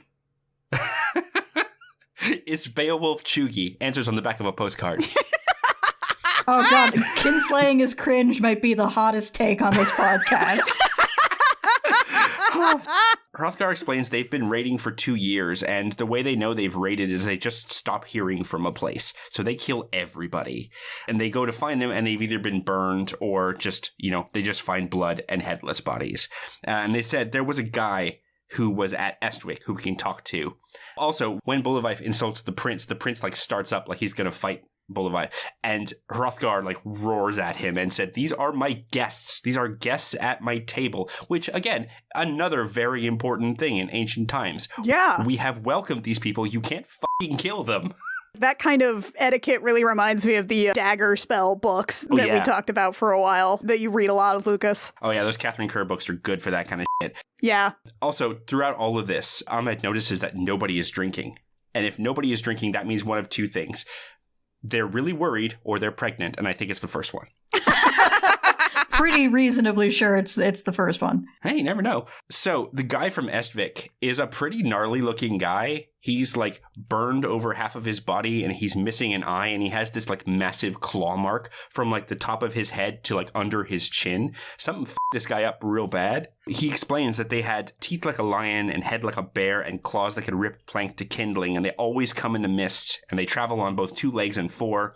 They act like men and bear. Murder furries. And then he says, "I saw the glowworm. It came out of the hills and it's long as 100 ships. It's a hate from old times." Yeah, the Beowulf, of course, is the 3 parts of Beowulf are Grendel, Grendel's mother, and the dragon, in that order. This movie is actually doing it in reverse. We get the dragon, we get Grendel's mother, and we get Grendel. Exactly. Everyone, once again, treats this as not this is a crazy old man. Treats this as, oh shit, now we have to deal with a dragon. Ahmed has doubts. They're getting ready. They're staying in the hall, and everyone else is hiding in the houses or going into the cellars. And Hrothgar screams out that he wants his armor, and he will stand the watch with them. And Bolivaev takes pity on this old man and says, "My lord, the children will need protecting. If we're all killed, you'll be the only thing that can save them." It saves his pride, which is kind of nice. Yeah. Because there's no way this guy could even stand up in armor. This is very clearly canny move by Bolivaev, which is A, I don't want to have to worry about this old man, but B, he's king here and I gotta be able to preserve his pride and his dignity. Yeah. Therefore, hey, look after the kids, would you? Yeah, and at least Hrothgar is knowledgeable enough to go, yeah, okay, I'm not going to argue. He's not reaching for the check again and again, Mom. Yeah, and probably Hrothgar probably wouldn't have been able to find that out either. He would have just been duty bound to fight and die. But Beowulf has actually just given him just a straight up honorable out there. And so they're getting ready to sleep. They're going to sleep in a circle in the middle of the hall right under the smoke hole, which is the only open spot. They shore up everything else with wood and wagons and such. And Ahmed Ahmed's is we can't sleep right now, right? We can't sleep, right? Right? It's this. Nobody can sleep? It's very much it's the slumber party, psst, are you awake? Yeah. Are you awake? I can't sleep, right? You can sleep? How can you sleep? And Hrothgar says a thing which is kind of a repeated theme, which is that the Allfather wove the skein of your life long ago. Go and hide in a hole if you wish. You won't survive an instant longer because your fate is fixed, and fear profits a man nothing. Even though it was the Norns that did that, not Odin. But you know what? Dudes rock. Don't care. So yeah, they all sleep in a circle with their feet in the center, and Ahmed sits up awake like he's had a bad dream, and he's immediately pulled down and realizes, oh shit, nobody else is asleep. They're making honk shoe noises and keeping their eyes open and their hands on their weapons because they are not stupid. So then the Vendal attack, and just as the shadows are about to come in, Ahmed whispers, "I'm not a warrior," and Hrothgar slips him a knife and says, "Very soon you will be," which rules. Yeah. So this fight, All of the fights in this movie, it's none of this like Bourne Identity shaky cam. Luckily, we're a few years before that. But they are chaotic and scary, and you can't really tell a lot of what's going on, especially in this one, in such a confined, dark space. Yeah. And basically, these like bear monster things blow through one of the boarded up windows, and then it's like a scrap in incredibly close quarters. Yeah, it's harsh because, like, it is a chaotic combat scene. It is hard to see and hard to make out details, but that's also thematically, like, on purpose in that it is meant to be, like, bewildering and confusing and frightening, but it's also hard to see and follow. So, like, Yeah. there's no winning here. John McTiernan really wants you to be feeling what the character is feeling. And in this Yeah. case, Ahmed does not know what the fuck is going on. One of the Vendel comes straight at him, and he holds out his sword, and it gets kind of knocked away, and he eats a claw to the face immediately. Don't worry, he's just gonna get a sexy scar out of it. Such a cool guy scar, too. So he fights back, and he stabs it, at which point the Vendel walks through his sword, picks him up military press style, and chucks him into the back of the hall, and that's the end of the fight for Ahmed. Like, holy shit. That's all Ahmed gets to do. They yeet him nearly out of the building. Bye, Ahmed. Have fun. Few of the Vikings eat it very graphically on scene. Ragnar's overwhelmed, and they, like, grab him around the neck, twist his head, and behead him. It's pretty brutal. Yeah. Ahmed, the 12th warrior, is reclining as they drive the rest of the Vendel off.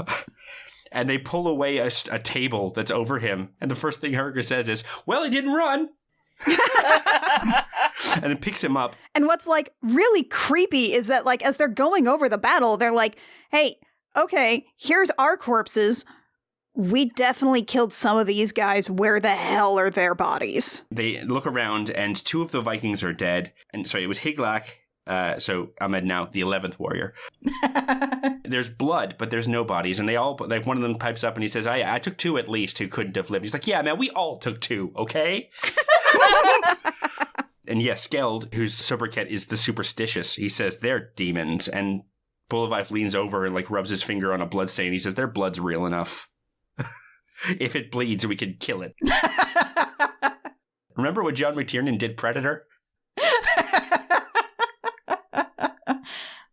Oh god, it's really only a matter of time until there's a Predators versus Vikings movie, isn't there?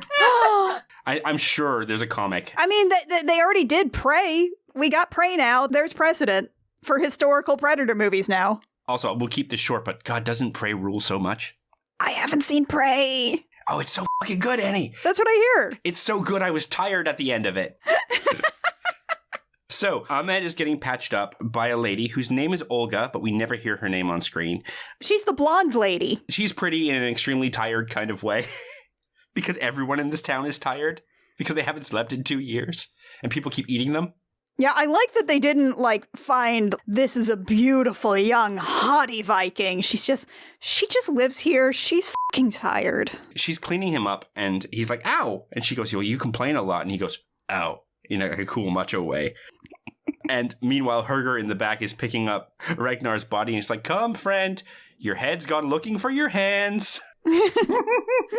They've got a bit where, like, she's cleaning out his injury with, like, boiled down cow urine, and he's like, please get me fresh water. And she's like, okay, you want to tell me how to do my job? Have fun with your infected pus spewing cut. He's like, all right, fine. The cow urine's fine. Put the filth back on me. It's fine. Which, by the way, that's ammonia she's using, so she's disinfecting the wound. She knows what she's doing. So Bolivaev finds a claw. He finds, like, a bear claw on a bit of wood, and he throws it to Ahmed, and they look at it, and they're like, at least there's some evidence that they were here. So who's ready for a ditch digging and fence building montage? Woohoo! Oh god, why does every Beowulf movie have a ditch digging and fence building montage? It's clearly very important to whoever the hell wrote Beowulf.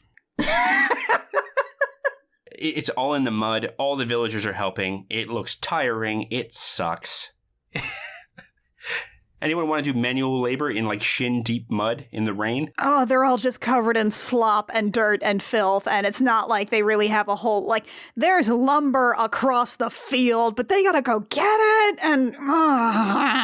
As someone who's recently had a tree chopped down in his backyard, even little bits of wood are really heavy. Like, really heavy. You guys know what's also heavy, though? What? Viking swords. Oh, yeah. So Skeld sets Ahmed up chopping like poles into these stakes, and he does it in like 2 swings with his sword, like chop, chop. Do it like that. There you go. And he sets him up the way you'd like set a kid up to, air quote, help put away the groceries.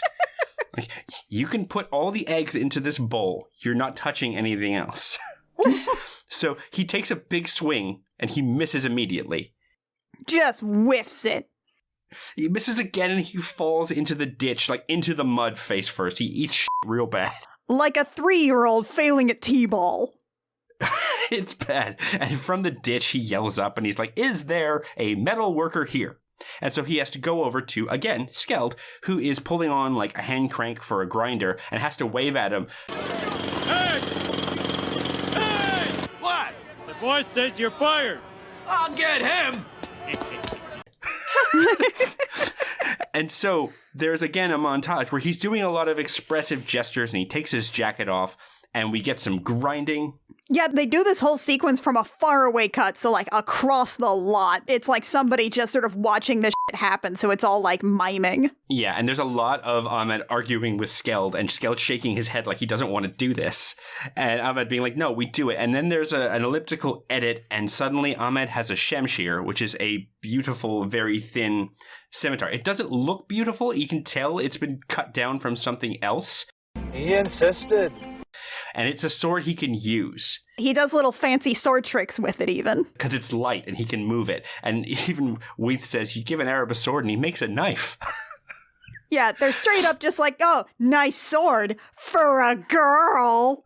Yeah, he even says, if you die, can I give that to my daughter? Now, I am going to step away from the Dude's Rock portion of this movie as someone who has watched 7 seasons of Forged in Fire. That wouldn't work. It wouldn't work at all. No. Swords have hard metal at the edges. You can't make a whole sword out of hardenable metal because it will be brittle and it'll break the first time you hit something. So you make the edge with hardened metal and you use milder steel towards the spine and the middle as a shock absorber. So if he cut away the whole outer edge, you've got something that is going to either bend or not hold an edge. That said, the scene does extremely rock. It does. Dude's rock. I also entirely buy that Ahmed, being a fancy lad from Baghdad, has done like the equivalent of fencing lessons. Later we then cut to the blonde lady is back. Olga. Yeah, Olga, sure. And she's just here to like check on his face wound, flirt with him a little, give him some water because the fancy boy wants water. And then she's also like, yeah, the peasants don't like you because they think you'll bring a fireworm down on us. And that's when we real like hone in on the fireworm, like a thing that makes fire, like a dragon. Dragon. He even says, I do not believe in dragons. And she gives him a look that says they believe in you. She also says the prince is telling the king that Bullivife's there to steal the kingdom and trying to like poison his ear. He's worm-tonguing it up. Watch out for that little Grima Wormtongue, dude. And Ahmed's like, no, this Viking that I've known for a couple of months, he seems pretty cool. He wouldn't do that. Ahmed goes to Bullwife and is like, hey, they said this. And they're like, okay, that's dumb. And then they go back and forth about who should do something.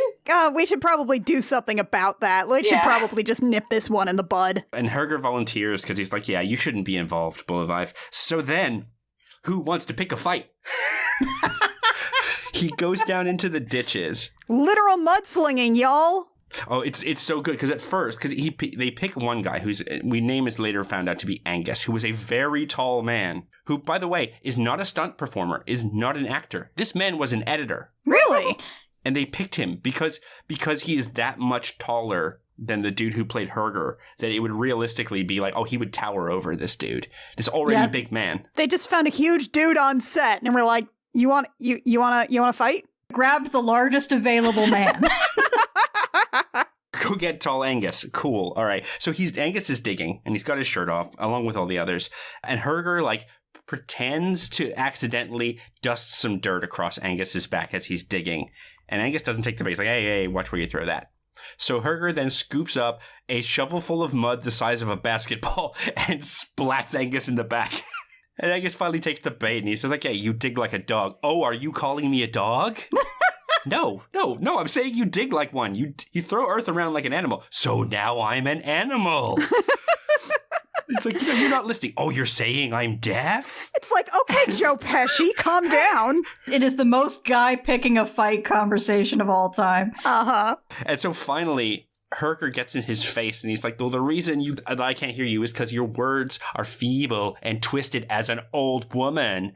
And at which point Angus says, all right, fine, fuck you. I'll kill you for that. That's it. Yeah, I love that they cut to, like, them getting ready for, a duel. Ahmed shows up and he's like, what the hell happened? And they're like, oh, it's an engineering dispute. As he is sharpening his sword and looking at the 3 shields he has next to him. Yeah. So this is a ritual combat where they each have 3 shields. They're swinging at one another, and if your shield breaks, you go to the next one. And when you run out of shields, that's it, and you're probably gonna die. Herger walks in very confident and gets his shit rocked from the very first swing because Angus is very strong. He cuts through that shield like it was made of tinfoil. And Ahmed, looks over at Beowulf like, what are you doing? Why are you letting this happen? He's going to kill him. Stop that. That might be my boyfriend. Yeah. He said he could be killed. And Beowulf's like, that is possible.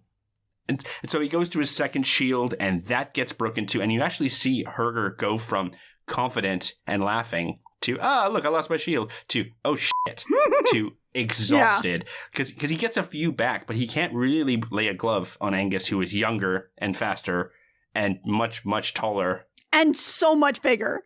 We cannot overemphasize how large this man is. Yeah, and any block that Herger does, knocks him to the side and tires him out. And finally, his third shield breaks. And he's standing there, and he can barely keep his eyes open, and he awaits death. And Angus looks at the shitty prince, who nods. And Angus steps in to stab Herger, and Herger pivots on one foot and cuts his fucking head off. In one move!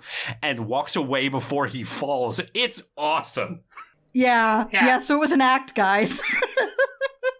And before Herger leaves the ring, he goes into his pocket and he pulls out a little pouch and he flings it at the prince and he says, see to your friend. He was a brave man. And walks away. Also truth in history, because that's Weregild, because him paying that means the prince can't officially take revenge for killing his dude. Oh, that's so good, though. It's just all right. This is good. Cartoon's over. Bloop. It is so fun watching Herger be the comedy character throughout so much of the movie so far. And then it turns out that, no, this guy you thought was a joke, he could have killed this guy at any time. He could kill anyone at any time. Ahmed's real mad about this. This dude speaks Latin. This dude is an incredible fighter. This dude's funny. He's the complete package, y'all.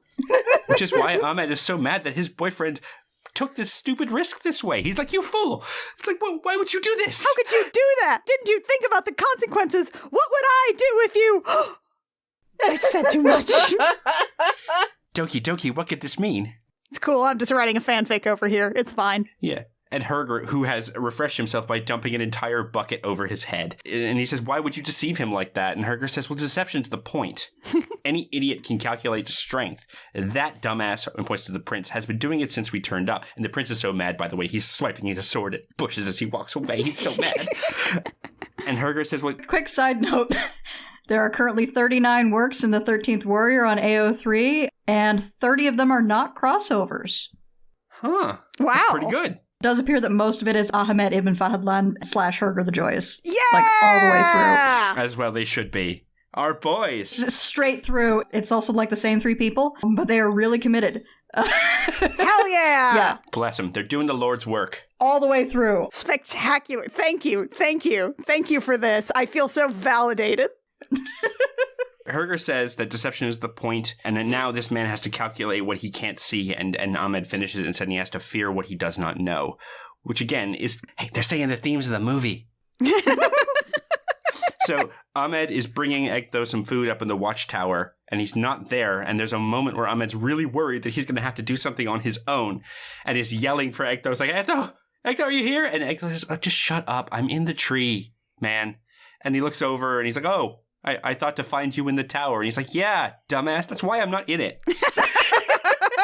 Everyone thought to find me in the tower, including the bad guys. So he feeds him, and they have a bit of a chat, some small talk, and Ahmed's like, oh, it's going to rain. I can hear some thunder. And he's like, no. It's cliffs. There's these big cliffs nearby. They call them the Thunder Cliffs, and when the waves hit them, they make a big boom. Put a pin in that for later. Which is definitely not going to be significant at any point in the rest of this movie. That's just for fun. Here's a gun I won at auction from famed playwright Anton Chekhov. Perhaps I should have mentioned it earlier. Lucas, I want to thank you for being the only other person on this show who makes beyond belief references. Damn right. I'm going to put in the ding just for us.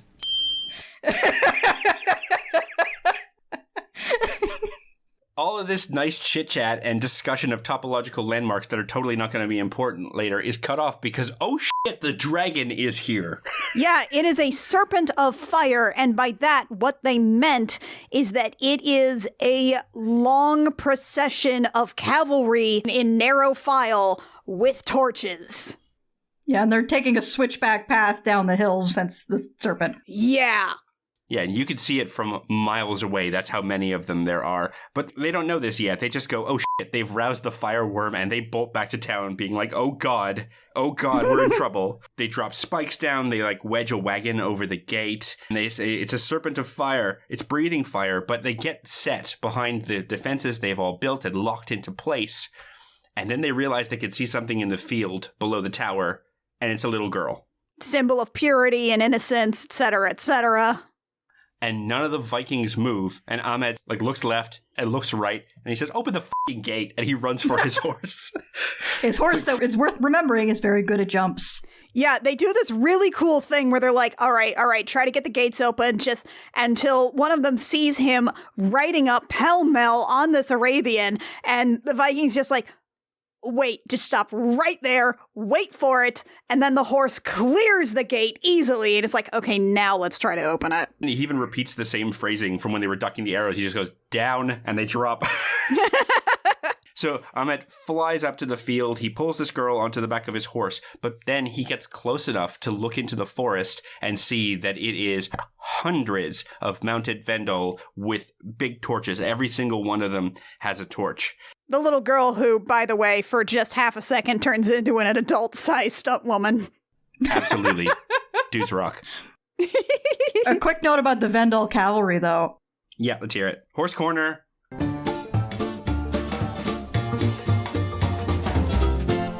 So the Vendel cavalry, at least in some shots, appear to be riding Norwegian fjord horses and other cold-bloods. It does appear to be mostly other cold-bloods because fjord horses, it's hard to get several hundred of those at a time. But the cool thing about the fjord horse is that it's notable for being a really, really, really, really, really old breed, possibly very close in appearance and genetics to the original Eurasian wild horses. If you put this thing next to Przewalski's horse, which is the last remaining wild horse, truly wild horse, not just feral horses that were domesticated and escaped like Mustangs, there's a very distinct resemblance. So the fact that the Vendel, which in the book is revealed are Neanderthals, are riding fjord horses is very cool. Thank you for mentioning that. Because, yeah, in the books they're Neanderthals. The movie takes that as giving them a lot of Cro-Magnon things, which, dudes rock. I mean, a Neanderthal is a different, it is not the same thing as Homo sapien at all. Nope, not at all. But they give them a lot of Homo sapien things, which I'll point out when we spot them. But they have wedged this gate in so tight, they've actually dug it into the ground, and they have to chop wood to get it to move, and they just barely get it open in time for Ahmed to get back. And then they have to put it back together again. It is pretty dope. Herger says, did you see the fireworm? And Ahmed goes, well, it's cavalry. He goes, oh, I'd rather prefer a dragon. He was really wanting to fight a dragon. Oh, big monster. So Herger and Ahmed are sent to the north, and he's like, let's go, little brother. It's beginning. He's got a special nickname for him. Yeah, they're buds. They're bros. They're in love. Yeah, just bros. Just dudes being bros. Yeah, so Ahmed has thrown some chainmail and some gauntlets, which fit him amazingly. Again, dudes rock. It's fine. And they come up to the ramparts, and there's silence. It's actually a really good shot as it pulls out and out and out, and we get to see these tiny little defenses in this massive field of mist. Yeah, I do really like about the soundtrack for this movie is that what the composer knew what to do was that sometimes you just wanted dead fucking silence to really emphasize your certain dramatic beats, and it works really well. Then this silence is broken by an enormous cloud of fire as these torches start to hit the barricades. Oh, the shot is so good. Oh, it's gorgeous. Because it is this huge cloud of mist that is just being lit from within by, like, hundreds of torches. It is so creepy. And it's a practical effect, so it looks the shit. It looks great. And Ahmed sees this cloud, and he just mutters, he says, Allah be merciful, and then here they come. They throw torches over the ramparts, and Rethel is up on the roof firing arrows, and the Wendell are using spear throwers, which anyone who read the Clan of the Cave Bear sequels knows what I'm talking about. And Adladdle.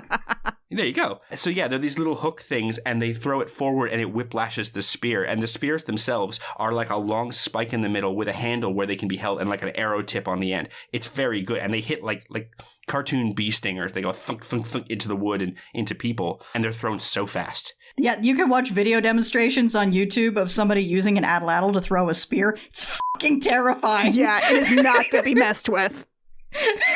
And they're doing this from horseback at full gallop, so add that to your momentum.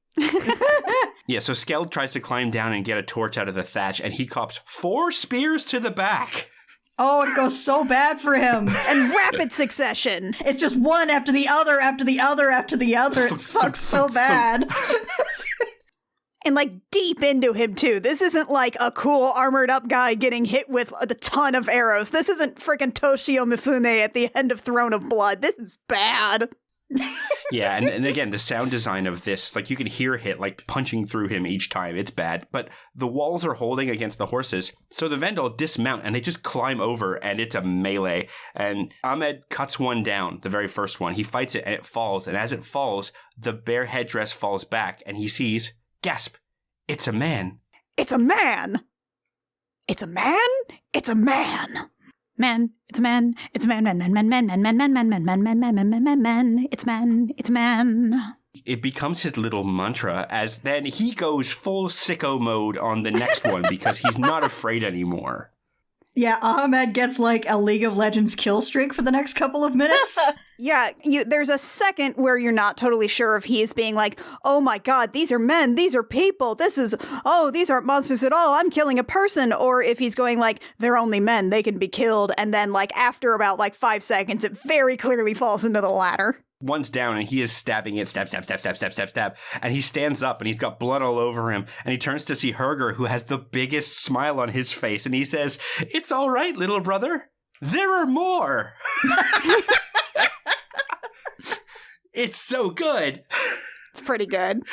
At which point he points over and there are another like 8 guys coming at them. So they kill Veni Vendel. But the Vendel have used grapnels, and they hook the wagon that they had to quickly reaffix back, and 4 of these horses rip this wagon to shreds, and now the gate is open, and the cavalry is inside, and it's going very badly. Like tissue paper, like even just from the amount of dudes that were coming up just with torches, like you can tell that this village is absolutely outnumbered. There is no way that anybody is getting out of this. Ronith gets his helmet knocked off him. His cool Centurion helmet gets knocked off. His response is to punch out a horse. Like he Mongo is this horse. But then, for his trouble, he gets 6 spears in the back, turns around, and gets 3 more in the chest. And pour one out for Ronith, because Ahmed is now the 9th warrior. He keeps moving up. Helga also gets killed very quickly. They cut away. He's run down by the horses and trampled. So 8th warrior. 8th warrior. 8th warrior. So then some Vendel get on the roof because Rethel has been sniping them all pretty consistently with his longbow, and they get up to him before he can get another arrow out, and they kill him. So 7th warrior. So the villagers at this point decided, F this, I didn't like this town anyway, and they all try to run. And Skeld's running after them, screaming, fight them, and instead meets Bulevife, impassive, walking the other way, and he rallies everyone to him. It's really cool. It's like that bit in Shadow of Mordor where they say, oh, by the way, your orc boss has arrived. You've killed enough of the little guys, the boss is here. Yeah, it's very much that. He gets his own drum beat and everything, and he starts throwing out the stakes from the ditch as pikes, and Ahmed catches it. He's like, what do I do with this? And he says, you put your foot on it and you stand, and they form a makeshift pike wall. And the Vendel charge it, and they all die. It's very good. Again, that's how you stop a cavalry charge, is with a pike wall. Yeah, horses go really fast, and sometimes when they're spikes, they can't always stop going fast in time. After this wall of death hits the Vendel, they sound the horn, and you actually see there's a leader of the Vendel who's got bull horns up and down on either side of his headdress. He looks very cool and intimidating. He would have one of those little skull things over his health meter to show he's a higher level than you guys are. But they all listen to him and they peel out, and they run through everyone to the point where Ahmed is left swinging at nothing. And then it's quiet for a sec, and then he's bumped, and he turns like, don't, thinking it's one of the Vikings, and he's nearly beheaded by one of the Vendel on the way by.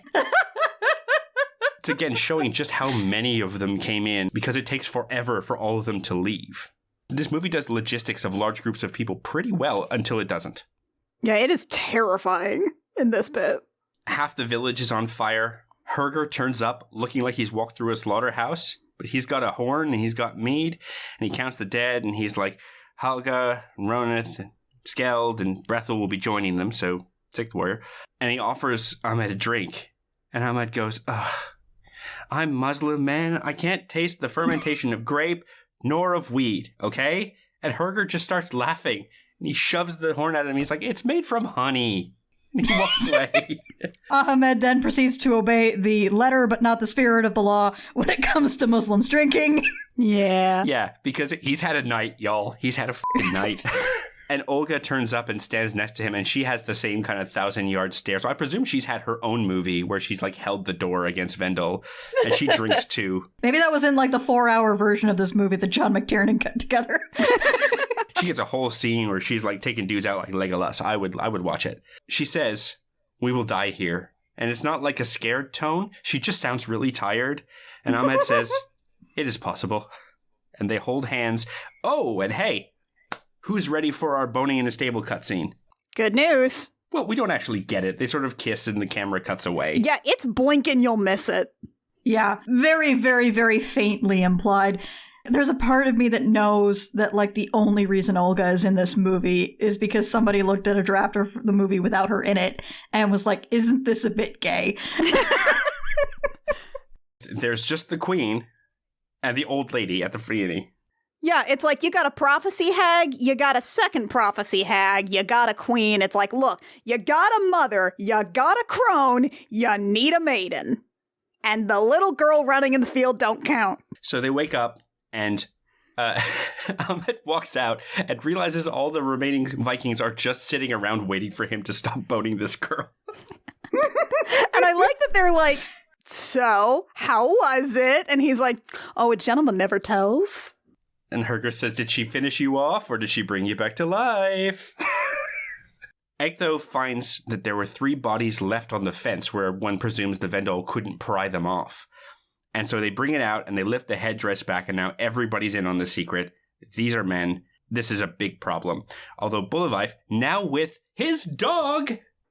Yeah, you have seen some good dogs like in the background shots, but like, oh, this is such a good dog, y'all. He's an Irish wolfhound. Oh, it's a big old wolfhound. Yeah. And they've dyed him red. Yeah, I looked at this dog, and all I could think about was that bit from John Dies at the end where he does not actually know what breed of dog Molly is. So he's just like, gold retriever dog, Irish rust hound. I don't fucking know. And the thing is, my first thought was, why would they have a wolfhound? But I've done some research. This is one of the historically accurate bits. Really? Do tell. The Vikings were raiding into Rathlin Island off the coast of Northern Ireland, and the huge dogs were brought back as trophies, as confiscated treasure, and then bred with the local dogs.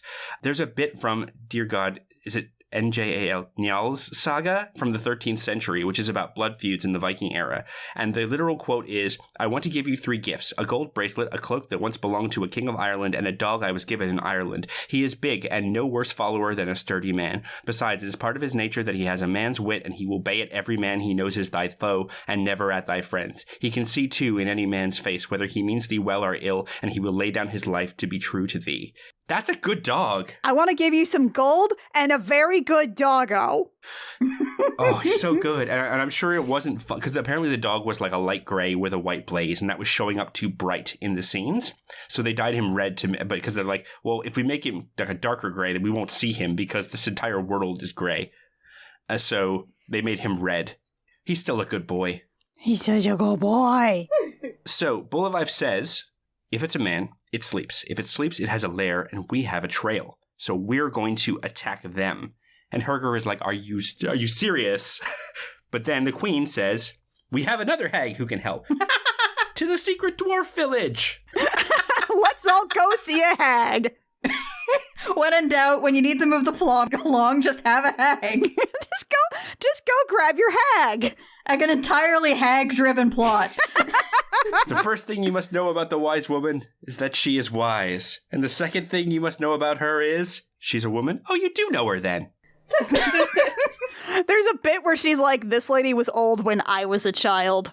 And they're like, ooh, that's a very good hag you've got there. Yeah, and they say she's quite mad. And Herger's like, oh, clearly she's the perfect advisor for us right now.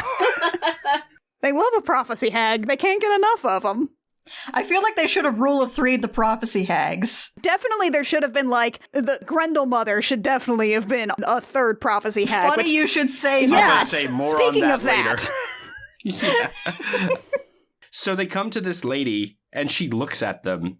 And also, yeah, by the way, when we say a village of dwarves, we mean a village of people with dwarfism, not actual, like, there's no mithril being mined here. There's a lot of little people in this village, and also an old prophecy hag.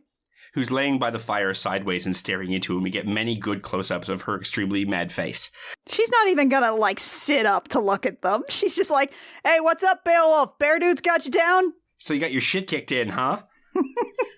What is the point of being an old prophecy hag if you can't just lie there and shout things? It's true. And know people's names before they say them to you. Because warrior says the wind, chieftain says the rain, met you your match with the eaters of the dead. It's very good old hag stuff. Yeah. So she asked them for a token of their enemy. Oh, she's just like, hey, y'all got some of them fertility idols. And, Ahmed's like, oh yeah, right here. And she's like, awesome. Go kill this. Yeah, did you get your plot coupon from earlier in the movie? Great.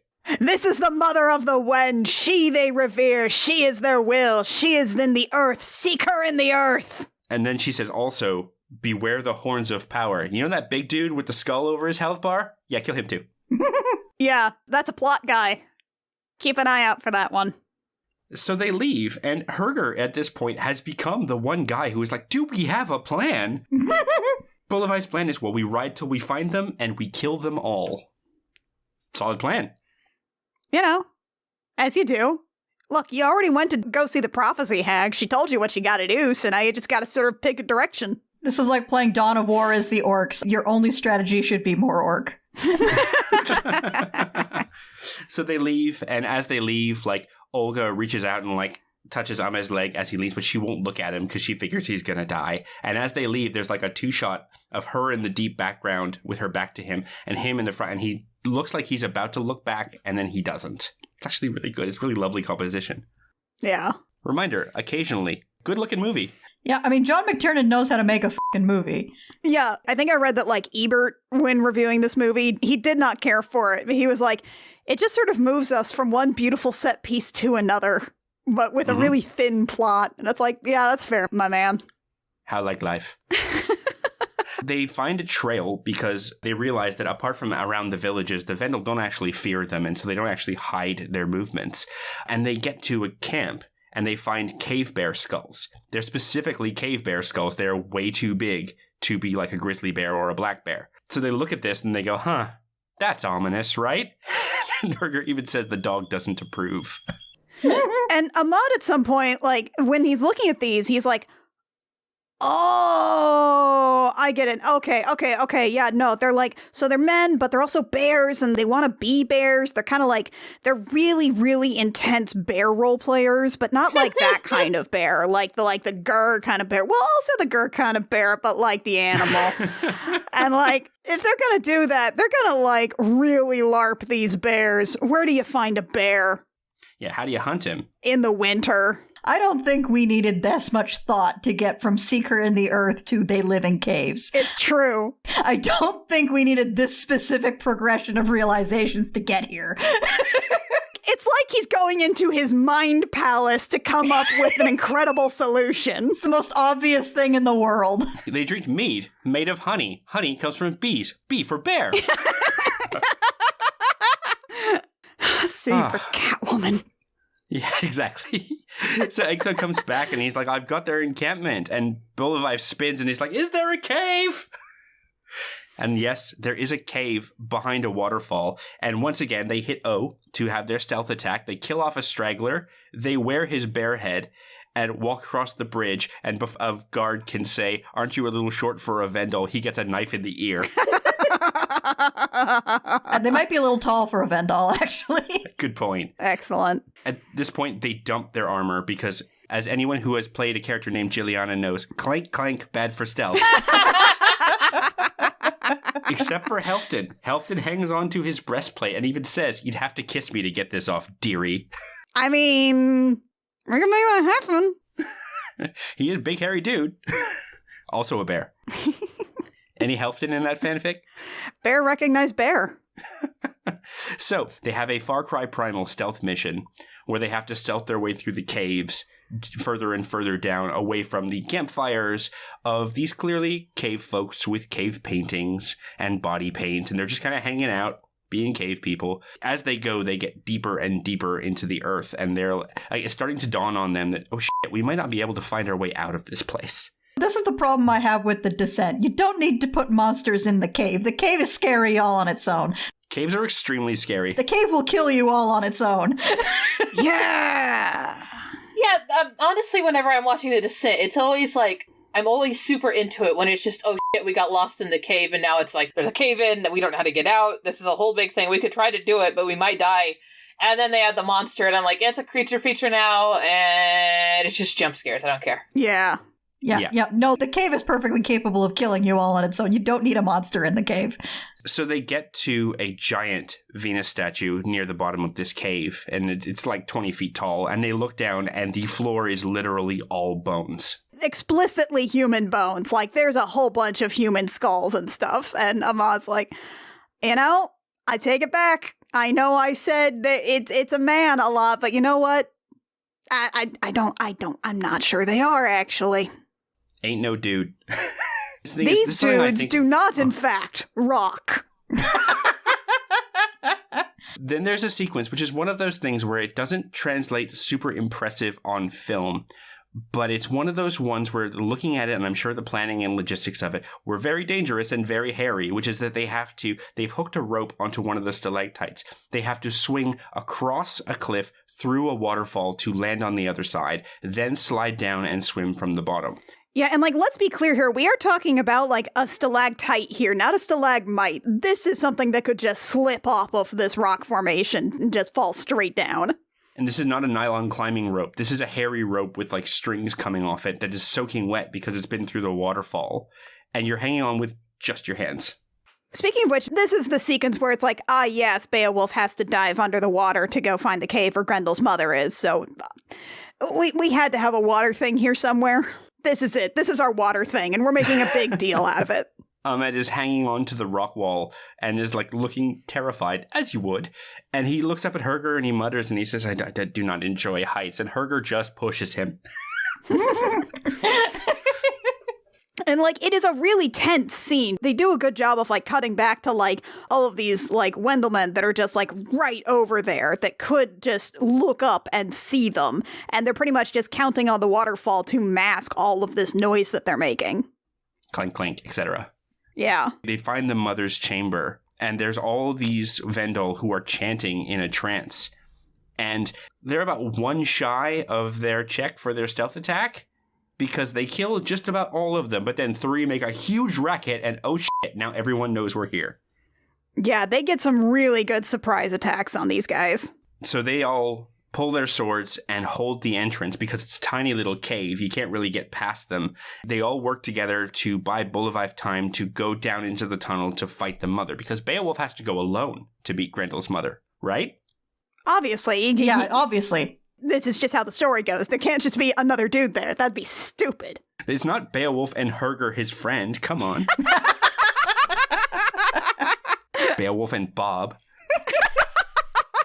He comes down. He's attacked by an acolyte who he kills without looking at him in a really cool move. Oh, it is so good. He cuts him in the middle and then stands there as the guy falls. And then we meet the mother of the Vendel. Who wants to describe the mother? All right, so you know a gross lady? You know, like a gross lady. It's a gross lady, but she's also like young. She's looking good. She's looking good for being like a horrible cannibal priestess bear lady. Also, she was originally supposed to be an old hag. Originally, this was meant to be like a lady in her 70s that he just finds kind of asleep and covered in snakes. Yeah, she's got a snake. There's just a snake down here. It's a mud snake. It's meant to look like a coral snake, which are crazy poisonous. And she's also got, like, you know how when you were a kid, you would get to make those garlands of popcorn to put on Christmas trees? It's that, but it's human teeth. Yeah. And it's all wrapped through her hair and around her neck, and it's gnarly. It's a great look, actually. Michael Crichton, while doing the reshoots, was like, isn't it a bit mean to be killing a 70-year-old woman in her bed? So instead, we get this young lady who we see dip this little claw thing into a puddle of what is clearly black inky venom. Mm-hmm. The only way we could know it was more poisonous is if it was green, bubbling, and smoking. And she comes for Bullivite, and she nearly gets him. Yeah, they do a good fight here, but and like this is cool, but man, what if it was a prophecy hag, though? We could have had the third prophecy hag. We could have had 3 prophecy hags. And like, look, every movie, just the quality of the movie is directly related to the amount of prophecy hags in said movie. Have an old prophecy hag, like, using weird tricks like smoking stuff to make it extra spooky as she fights back. Yeah, I've played Assassin's Creed Valhalla. I know how an old prophecy hag fights. Or have her, like, dose him with something, and so he's not sure if she's real. And yeah, I've played a Far Cry or 2. But she does get him. She does get a good swipe on his arm. Like, they make a point of, like, she cuts deep with that poison claw there. Yeah, they linger on it. So she sticks Beowulf with this claw, and he spins and he cuts her head off. And that's the end of the Mother of the Vendel. It's a good spin. Yeah, I'm very grateful that they didn't linger too long on this fight. The doom music plays and the angle dutches as Beowulf looks at his arm where she cut him. We cut back to the Viking still holding off the Vendel, and he comes out and he has a 1,000-yard stare, and Herger's like, "Is it done?" And he goes, "It is done." And he looks like he's about to fall over dead. He knows he's doomed. I like how, like, this is very clearly, like, he knows he's doomed, but also, like, he might feel a little bit fucked about killing this priestess lady. It might have just gone bad for him. Maybe I'm the bad. Wait, are we the baddies? Yeah, am I the baddie? They find a passage leading down because he looks up and he sees the crowd of Vendel they're holding off, and he's like, "So it would be a hard fight to get clear of this place, right?" And they're like, "Yeah." Yeah, we should not just go back the way we came, huh? We can't just do that. Weath finds a passageway leading down with water running down it, and they reason that we can follow the water, it'll get out somewhere. Don't do that in caves, folks. It doesn't work. Oh, no, don't go cave. Don't do this. Don't do caving. No. The cave will kill you. Cave will kill you. Cave don't give a shit about you. So Halfdan, in the midst of their escape, catches a big old club straight onto his breastplate. And Kit, you want to say something about the differences between piercing damage and crushing damage? Yeah, that's basically the whole reason that crushing weapons and bludgeoning weapons were used against guys in armor. If you can't pierce it with a blade, you can just turn everything underneath it into marinara sauce. Yeah, so Halfdan takes a hit like directly in the middle of his breastplate, which doesn't flex, which means that the entirety of that hit was transferred to, his chest and lungs and stuff. Yeah, you know how the Cybertruck is supposed to be completely impenetrable and it won't get crushed? Folks, car crush so you don't. Yeah. Yeah, so his ribs look like aquarium gravel right now, and his lungs are stew beef. Yeah, it's not great. It's bad. He's spitting blood, and they start to run down this passage, and he very clearly cannot keep up. And he stops, and he sits down, and he does some cool guy shit. Because he looks at Ahmed, and he says, "I think I've run about as far as I care to." And then he spits blood, and he laughs, and he says, "This was a good day, my boy." And Ahmed's like, "Yeah, it was a good day."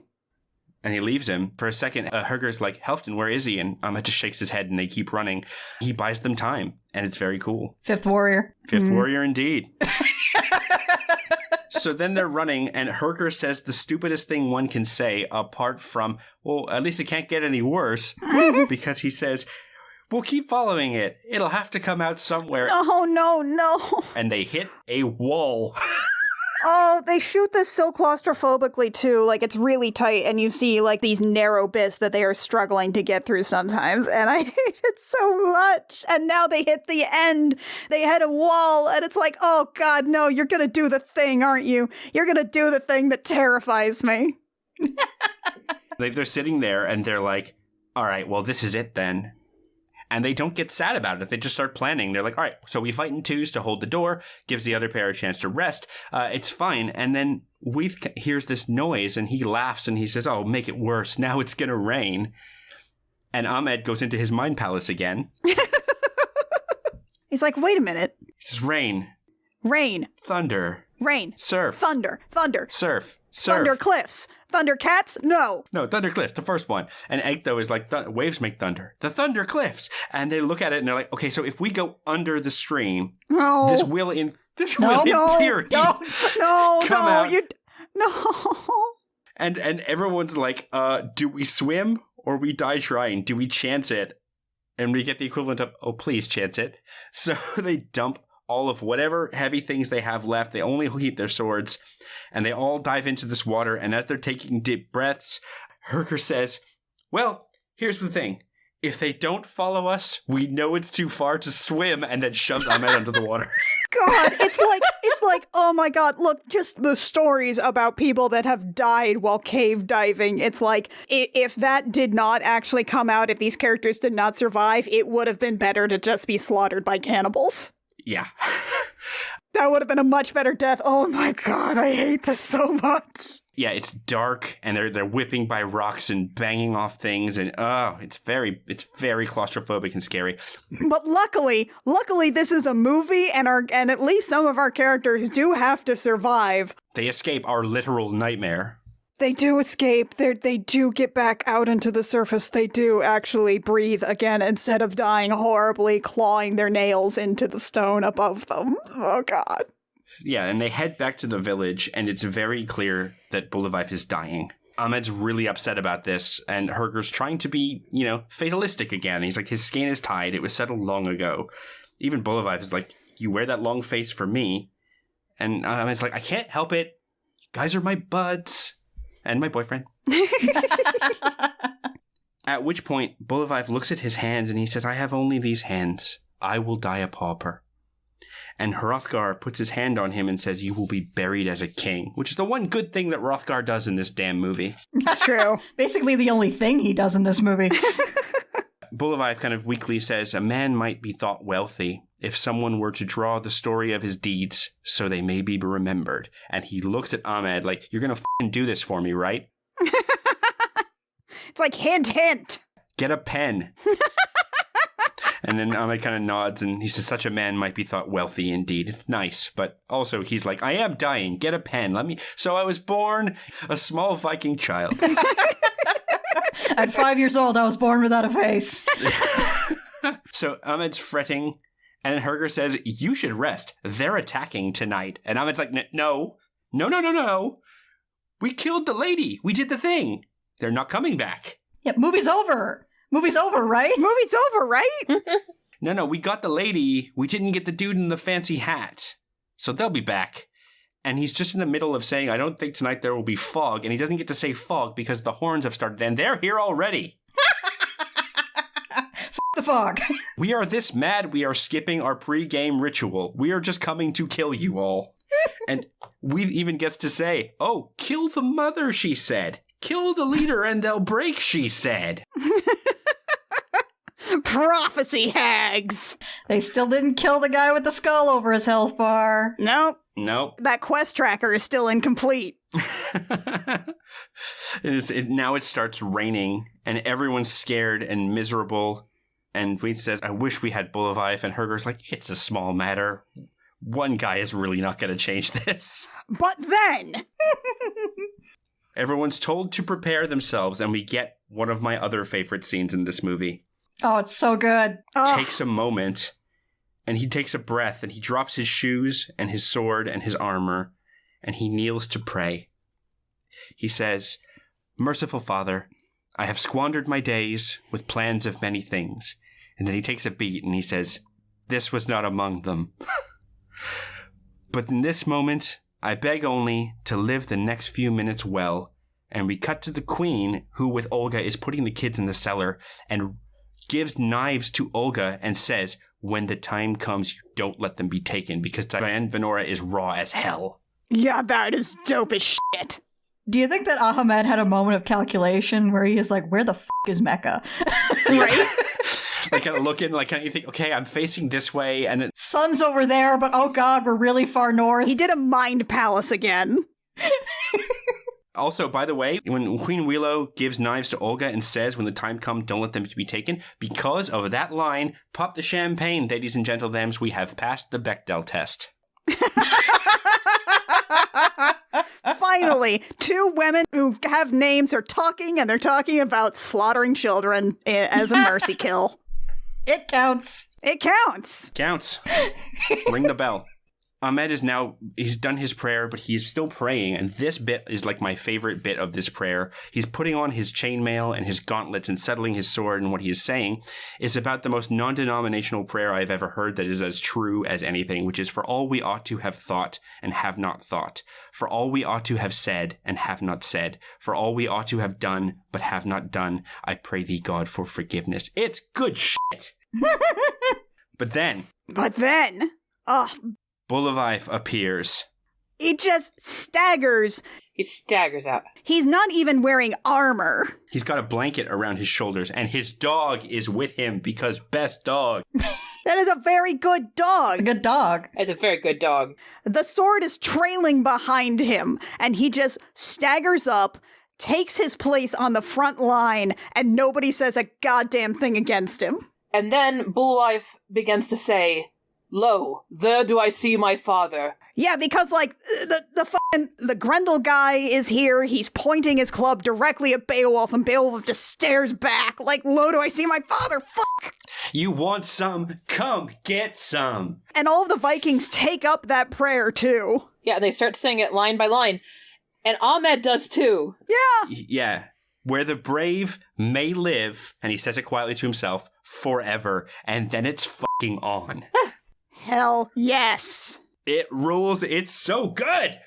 It's so good. It's like, if you watch any part of this movie, watch that bit on YouTube. Yeah. So it's a bloody melee.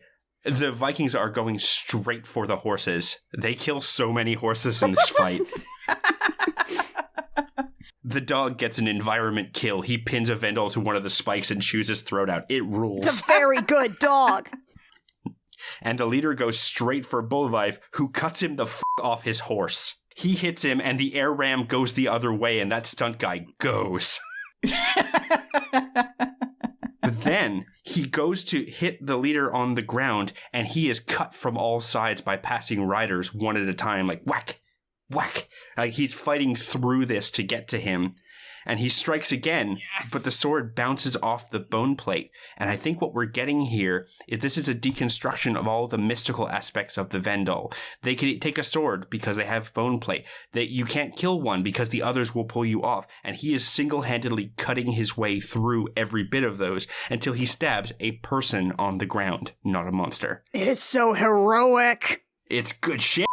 It's good shit. Badass. And he stabs him, and the leader screams, and the Vendel all leave.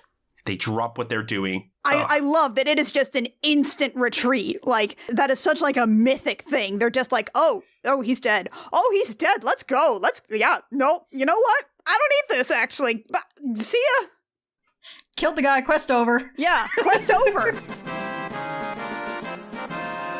The horn sounds 400 XP. You have gained 1 Vendel head, 2 bear asses. Darth Vader throws the Emperor down a shaft, and suddenly on Coruscant, seat of the Empire, they're like, yeah, party! Unknown if Vikings know the words to Yub Nub. Where did you learn our language? Manatuto, Michi. I listened. Bolivaev drags himself back to the battlements. He sits down, he plants his sword, and he dies. Like, he sits like he is at a throne, like his legs splayed. He looks like he is seated at the height of his power. It's great. The dog sits by his side and gives a little whine, and as the last Vendel is clearing the field, it falls off its horse and then is left there by the others because the spell is broken now. Yeah, they don't take their dead anymore. Ugh. And so the evil has been defeated. What is the line, Annie? You know it. Kyoko It's like, thing. now Kimiko will live in this happy frog. Now Kimiko's spirit will live in this happy frog. Or Kyoko? I think it's Kyoko. Now Kyoko's spirit will live in this happy frog. It's Kyoko. Kimiko is my partner. Now the Vendel spirit will live in this happy dog. And Beowulf, because we could just call him that at this point, he gets his king's funeral. He's burned the old way. Ugh. And so the fourth warrior now prepares his satchel, and Herger is waving him off and praying for his safe travels. And he says, who are you going to pray to? He's like, well, you've got one God. We've got a lot. Look, tell you what, I'll pray to all of them. Don't be offended, okay? We're going to hedge our bets here, bud. And he's like, goodbye, Arab. And then we cut to Ahmad, who just very softly is like, goodbye, Northman, my boyfriend. The love of my life. Yeah. And so we get this ending thing, which I've written down. Across seas of monsters and forests of demons we traveled. Praise be to Allah, the merciful and compassionate. May his blessing be upon pagan men who loved other gods, who shared their food and shed their blood, that his servant, Ahmed ibn Fahlan, might become a man and a useful servant of God. Credits. What a fucking movie. I assume that that's a line directly from the manuscript. That's usually how those sort of things are ended. It's always with a salutation of the author. Yes. Yeah. There we go. I'm tired. That's a good movie. Yeah, you covered like 9 pages of notes in 2 hours, dude. Yeah, shit, man. 9 A4 single-spaced pages of notes. This is how you know our editor has come on for an episode, because he wants to keep this shit rolling. Yep. Yeah, he's the one who's got to edit this afterwards. I had a Uniball iSigno pen that I used to write this whole thing. It was empty by the end. Oh, shit. It can be hard to use up a whole ass Uniball. So what do y'all think? I am correct. The movie was fine for me when I was watching it, but I enjoyed a lot more now after we've talked about it. Dudes rock. Mac, what about you? I liked it a lot. Like I said, I was super into it. I'm just here being sleepy. That's fine. That's the movie, so I guess it's time for us to move into our final facts. Kit, what's your final fact? Horse too big. Horse too big? Horse too big. Horse too big. But horse jump good. Big, big horse. Horse too big. Dog jump good. Mac, what's your final fact? Lo, there do I see my father. Lo, there do I see my mother and my sisters and my brothers. Lo, there do I see the line of my people back to the beginning. Lo, they do call to me. They bid me take my place among them in the halls of Valhalla, where the brave may live forever. Annie, what's your final fact? Don't go cave diving! Don't do it! It's bad! I'm sure it'll come out somewhere. Bet it won't. It probably won't! Bet you it won't. There's nothing beyond this point worth dying for. There's no guarantee. Caves don't work like that. They don't have a sense of narrative or logic. They just stop. Lucas, what's your final fact? When I was young, my father gave me a piece of advice. He said, there's 3 things you gotta remember. Look both ways before you cross the street. Don't pick a fight with a ballet dancer. Not a joke. They will kick your ass. They will f***ing kick your ass. They're strong as fuck. Yeah, exactly. That, and the thing is, he was not joking when he said that. Yeah. They will wreck your whole shit. And the third thing is, if you're gonna call a Viking a pig-eating son of a turf, have an exit strategy.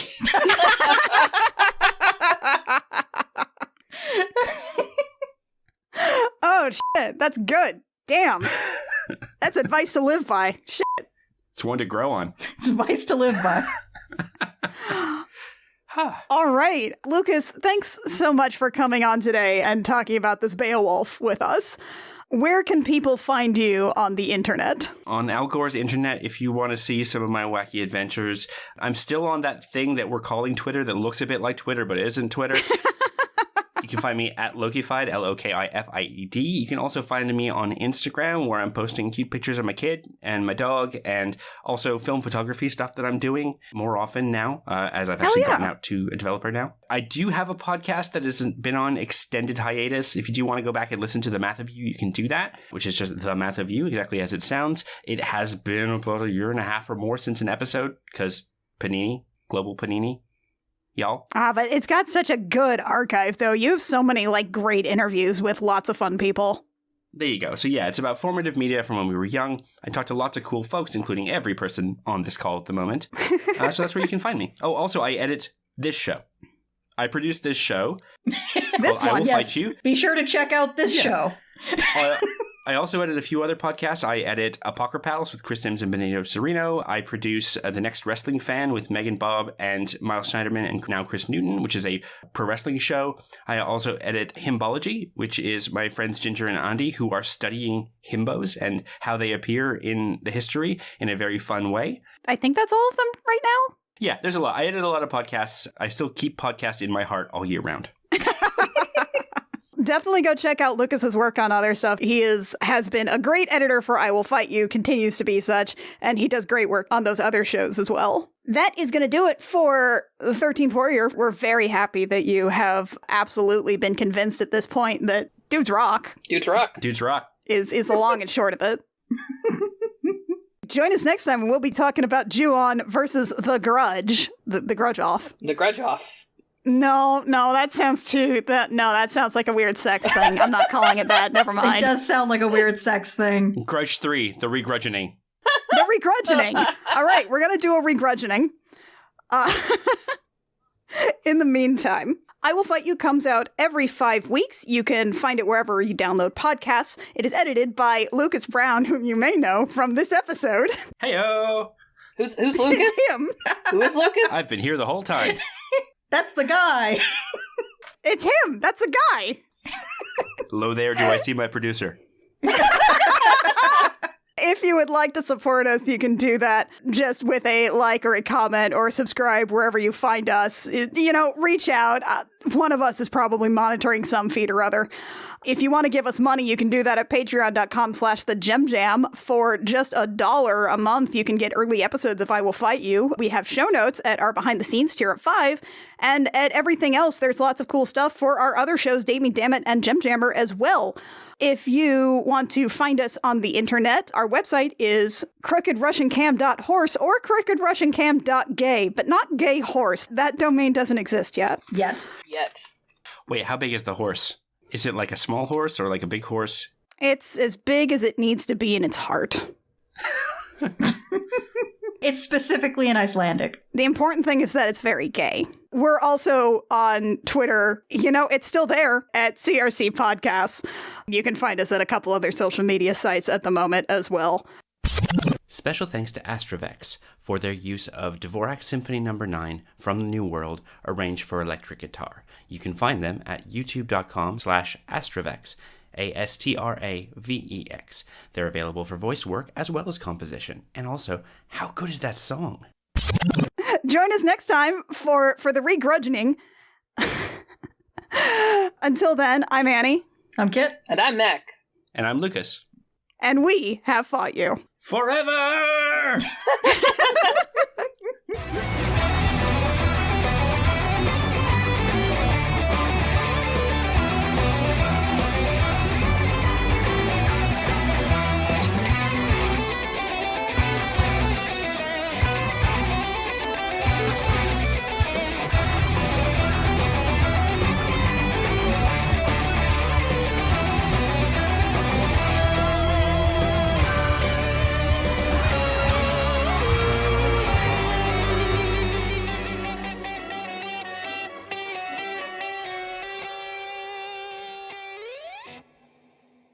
Side note, I watched that new Avatar movie in an empty theater, and it involved 3 of my least favorite things: wailing, drowning fear, and child endangerment. I did not have a good time.